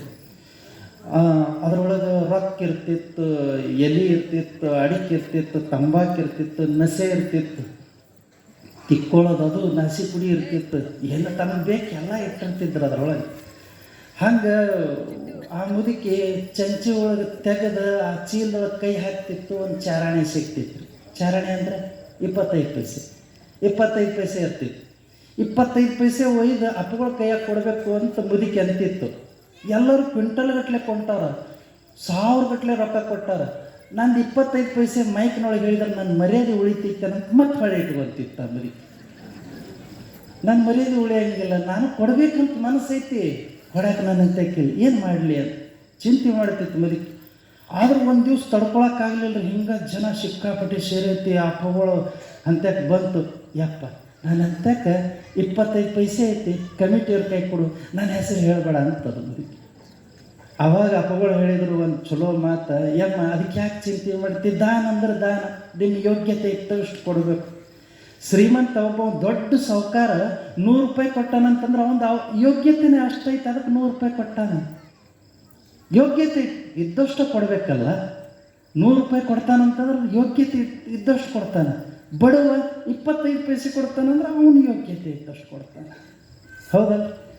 ಅದಕ್ಕೆ ಯೋಗ್ಯತೆ ಇದ್ದಷ್ಟು ಕೊಡಬೇಕು. ಅದಕ್ಕೆ ಯಾಕೆ ಚಿಂತೆ ಮಾಡ್ತೇವ? ಶ್ರೀಮಂತರೆಲ್ಲ ಕ್ವಿಂಟಲ್ ಗಟ್ಟಲೆ ಕೊಟ್ಟಾರಂತಂದ್ರೆ ನಿಂದೇನು ಕಡಿಮೆ ಇಲ್ಲ. ಭಕ್ತಿ ಐತಲ್ಲ ಅದು ಭಾಳ ದೊಡ್ಡದು. ಅಪ್ಪಗಳು ಹೇಳಿ ಕಳಿಸಿದ್ರು, ಇವತ್ತು ನೀರ್ಲಿಗೆ ಒಳಗೆ ಬಸ್ ಸ್ಟ್ಯಾಂಡ್ ಒಳಗೆ ಸಂತಿ ನಡೀತೈತಿ, ಅಲ್ಲಿ ಹೋಗು, 25 ಪೈಸೆ ಕೊಟ್ಟು ಒಂದು ಕರಿಬೇವಿನ ಸೂಡು ತಗೋ, ಅದನ್ನು ಮುರಿದು ಸಣ್ಣಗೆ ಹೆಚ್ಚಿ ಸಾಂಬಾರಿಗೆ ಹಾಕು, ಇಡೀ ಪರಿಸಿನ ಊಟ ಮಾಡಿ ಹೋಗ್ತೈತಿ, ನಿಂದೆ ಎಲ್ಲ ಮುಡ್ತೈತಿ ಅಂತ. ಮತ್ತು ಹಂಗೆ ಅಂತೇಳಿ ಎಲ್ಲರೂ ನಾಳೆಗೆ ಒಂದೊಂದು ಕರಿಬೇವು ಸೂಡು ಹಿಡ್ಕೊಂಡು ಬಂದಿರಿ. ಮುಟ್ಟಿಸುವಂಥ ಒಂದು ವಿಧಾನ ಹೇಳಿದೆ ನಾನು, ಮುಟ್ಟಿಸುವಂಥ ಒಂದು ವಿಧಾನ ಅದು.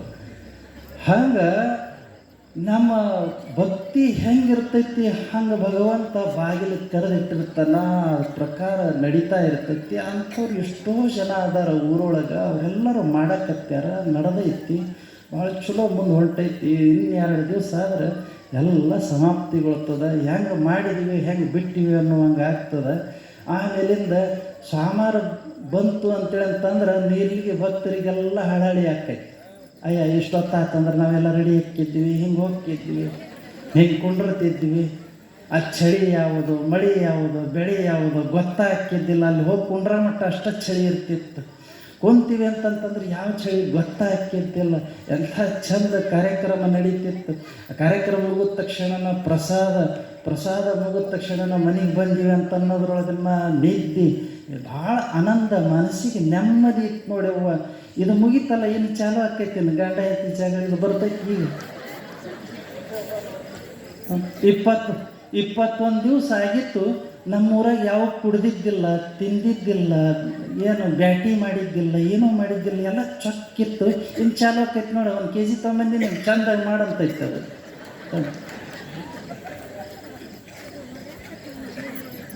ಹೌದಲ್ರಿ? ಈಗ ಇಷ್ಟು ದಿವಸ ಕುಡ್ದಿದ್ದಿಲ್ಲ, ಊರಾಗ ಚಂದ ಕಾರ್ಯಕ್ರಮ ನಡೆದೈತಂತ ಕುಡ್ದಿದ್ದಿಲ್ಲ. ಇವತ್ತಾಗಲೇ ಕುಡ್ಕೊಂಡು ಬಂದು ಹೊರಗೆ ಕಟ್ಟಿಕೊಂತೈತಿ ನೋಡಿ ನಿಮ್ಮ ಅಪ್ಪ. ಚಲೋ ಆಕೈತಿ. ಅದಕ್ಕೆ ಈಗ ಒಂದು ಶಪಥ ಮಾಡಬೇಕು, ನೀವೆಲ್ಲ ಪ್ರತಿಜ್ಞೆ ಮಾಡಬೇಕು. ಇವತ್ತು ಹೆಂಗೆ 21 ದಿವಸ ಕುಡ್ದಿಲ್ಲ, ತಿಂದಿಲ್ಲ, ಕಡ್ದಿಲ್ಲ, ಪ್ರಾಣಿ ಹಿಂಸೆ ಮಾಡಿಲ್ಲ, ಇನ್ನು ಮುಂದೆ ಜೀವನದೊಳಗೆ ಯಾವತ್ತೂ ಕುಡಿಯಂಗಿಲ್ಲ, ತಿನ್ನಂಗಿಲ್ಲ, ಪ್ರಾಣಿ ಹಿಂಸೆ ಮಾಡಂಗಿಲ್ಲ ಅಂತೇಳಿ ಪ್ರತಿಜ್ಞೆ ಮಾಡಿರಿ. ಪುಟ್ಟಯ್ಯಜ್ಜನ ಆಶೀರ್ವಾದ ನಿಮ್ಮ ಊರಿನ ಮೇಲೆ ಹೆಂಗಿರ್ತದ ಅಂತ ಆಮೇಲೆ ನೋಡ್ಕೊಳ್ತೀವಿ. ಒಂದು ಉದಾಹರಣೆ ಹೇಳ್ತೀನಿ ನಾನು 7 ವರ್ಷದವ ಇದ್ದೆ. 7 ವರ್ಷದವ ನನಗೊಂದು ಗ್ಲಾಸ್ ಚಹಾ ಬೇಕಾಕಿತ್ತು.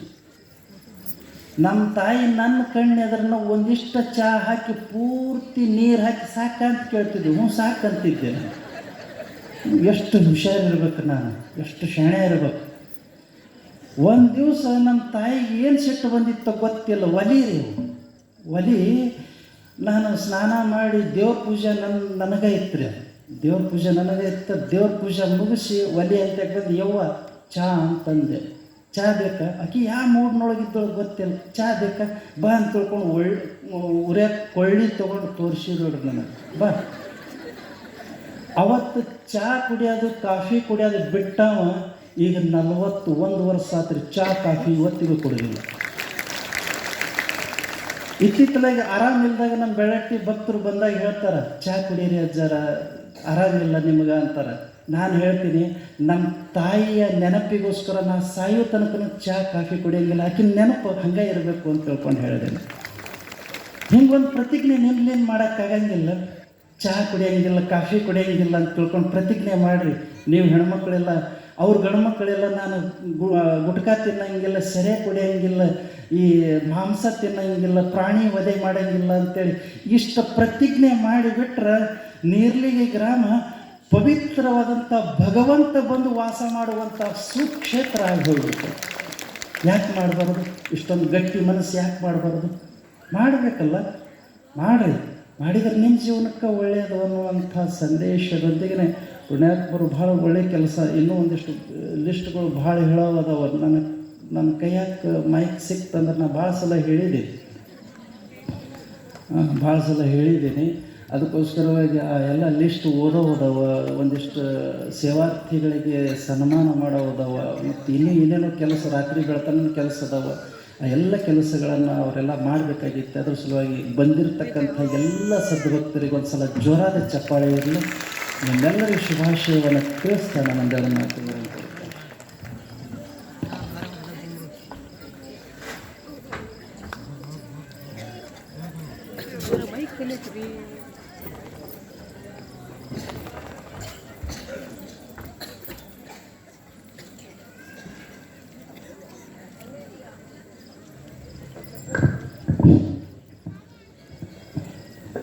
ದಯವಿಟ್ಟು ನೀರಲಿಗೆಯ ಟ್ರ್ಯಾಕ್ಟರ್ ಮಾಲೀಕರು, ಈ ಊರಾಗ ಎಷ್ಟು ಟ್ರ್ಯಾಕ್ಟರ್ಗಳದಾವ ಅದರೆಲ್ಲ ಮಾಲೀಕರು ದಯವಿಟ್ಟು ವೇದಿಕೆ ಹತ್ರ ಬರಬೇಕು. ಅಲ್ಲಿ ದಾಸೋಹದ ಹತ್ರ ಇರ್ತಕ್ಕಂಥ ಟ್ರ್ಯಾಕ್ಟರ್ ಮಾಲೀಕರುಗಳು, ಊರಿನ ಹಿರಿಯರು ವೇದಿಕೆ ಹತ್ರ ಬರಬೇಕು. ವಿಶೇಷ ಏನು ಅಂತಂತಂದರೆ, ಬಹುಶಃ ಅಪ್ಪವರು ಬಹಳ ಅದ್ಭುತವಾಗಿ ಆಶೀರ್ವಚನ ಮಾಡಿದರು. ನೀರಲಿಗೆ ಉತ್ಸವ ಇಷ್ಟು ಅದ್ದೂರಿಯಾಗಿ ನಡೀಲಿಕ್ಕೆ ಒಂದು ಶಕ್ತಿ ಯಾವ ಕೆಲಸ ಮಾಡುತ್ತೆ ಅಂತಂತಂದ್ರೆ ಅದು ಬೆಳ್ಳಕ್ಕಿಯ ಬೆಳಕು. ಇಷ್ಟೆಲ್ಲ ಬೆಳಕನ್ನು ತಂದದ ಪರಮ ಪೂಜ್ಯರಿಗೆ ಜೋರಾದ ಚಪ್ಪಾಳೆ, ಅಭಿನಂದನೆ. ಬಹುಶಃ ಅಪ್ಪವರು ಅಂಗಡಿಗೆ ಹೋಗಿ ಅಕ್ಕಿ ಮಾಡಿದವ್ರು ನಡ್ಕೋರಿ ಅಂತ ನನ್ನ ಕಡೆ ಕಳಿಸಿದ್ರು.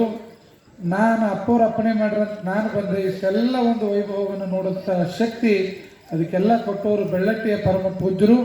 ಬಹಳ ಅದ್ಭುತವಾದಂಥ ಆಶೀರ್ವಚನವನ್ನು ಹೃದಯ ತುಂಬಿ ಮಾಡಿದ ಪರಮ ಪೂಜ್ಯರಿಗೆ ಹೃದಯ ತುಂಬಿದ ಚಪ್ಪಾಳೆಗಳನ್ನು, ಜೋರಾದ ಚಪ್ಪಾಳೆ ತಾವೆಲ್ಲ ಕಟ್ಟಬೇಕು ಅಂತಕ್ಕಂಥ ಮಾತನ್ನು ತಿಳಿಸ್ತಾ, ಶರಣ ಸದ್ಭಕ್ತರೇ, ಟ್ರ್ಯಾಕ್ಟರ್ ಮಾಲೀಕರು ಅಣ್ಣ ಯಾರೂ ಹೋಗ್ಬೇಡ್ರಪ್ಪ, ಒಂದು 5 ನಿಮಿಷ ವಿಶೇಷ ಕಾರ್ಯಕ್ರಮದ.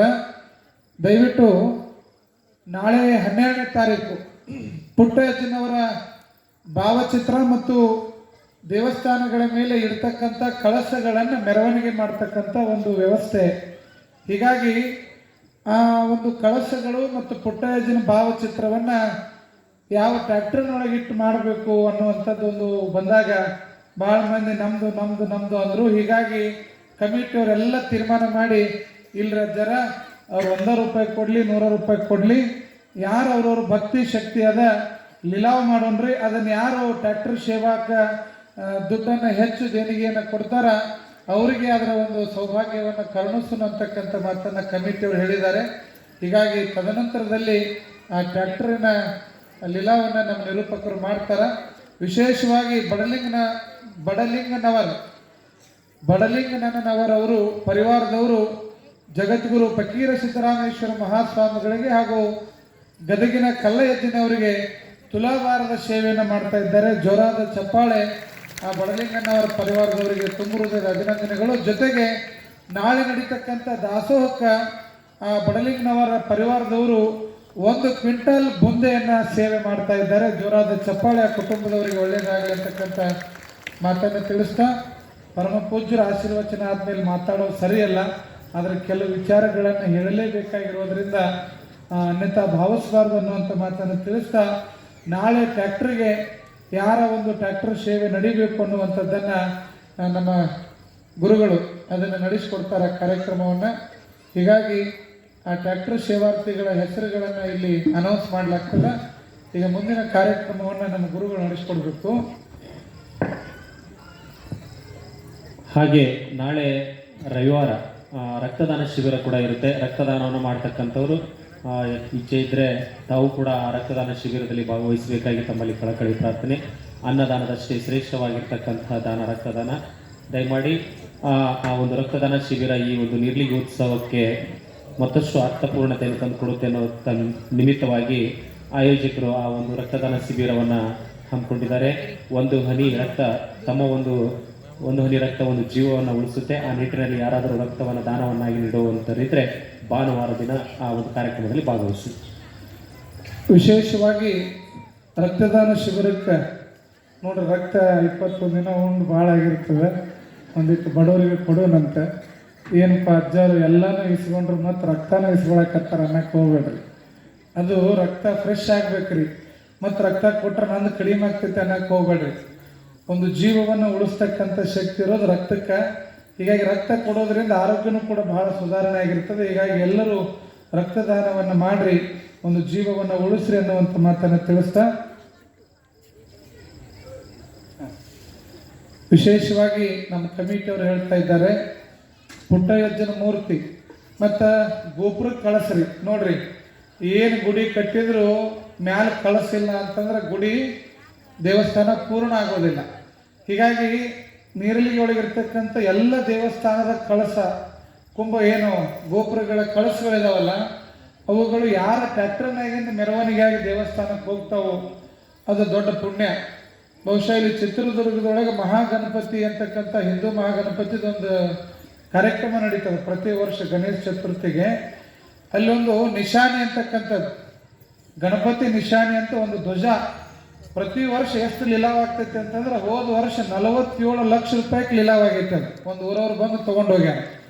ಅವರು ಮುಂದಿನ ವರ್ಷ ಗಣೇಶ ಚತುರ್ಥಿಗೆ ಮೆರವಣಿಗೆ ಮಾಡ್ಕೊಂಡು ತಂದು ಆ ನಿಶಾನಿ ಬಂದು ಗಣಪತಿ ಮುಂದೆ ಕುಂತ ಮೇಲನ ಗಣೇಶ ಚತುರ್ಥಿ ಪ್ರಾರಂಭ. ಅದು ಪ್ರತಿ ವರ್ಷ ನಡೀತದೆ. 47 ಲಕ್ಷ ಬರೀ ಒಂದು ಧ್ವಜ ಒಯ್ಯಕ್ಕೆ ಲೀಲಾವ್ ನಡೀತದೆ.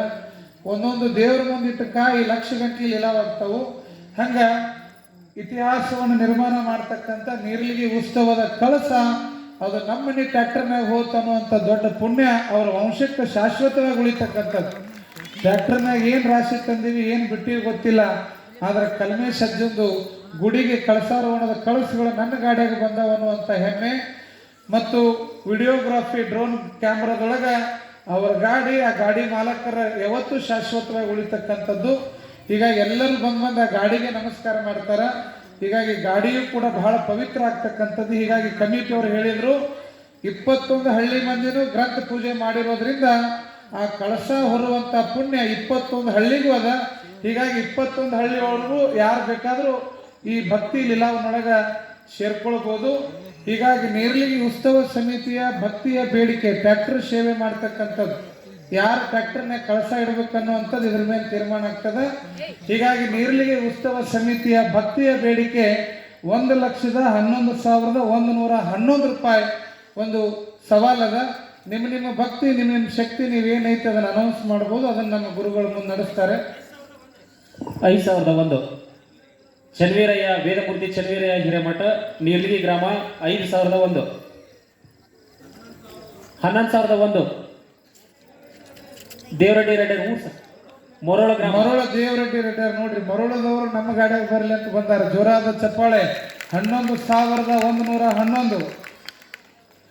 15,000 ದಯಾನಂದ ಈರಪ್ಪನವರ್ ನೀರ್ಲಿಗಿ ಗ್ರಾಮ. ಜೋರಾದ ಚಪ್ಪಾಳೆ. 15,001. ದೊಡ್ಡ ಪುಣ್ಯದ ಕೆಲಸಕ್ಕೆ ನಿಮ್ಮ ಗಾಡಿ ನಿಲ್ಲುವುದು ಒಂದು ದೊಡ್ಡ ಸುದೈವ.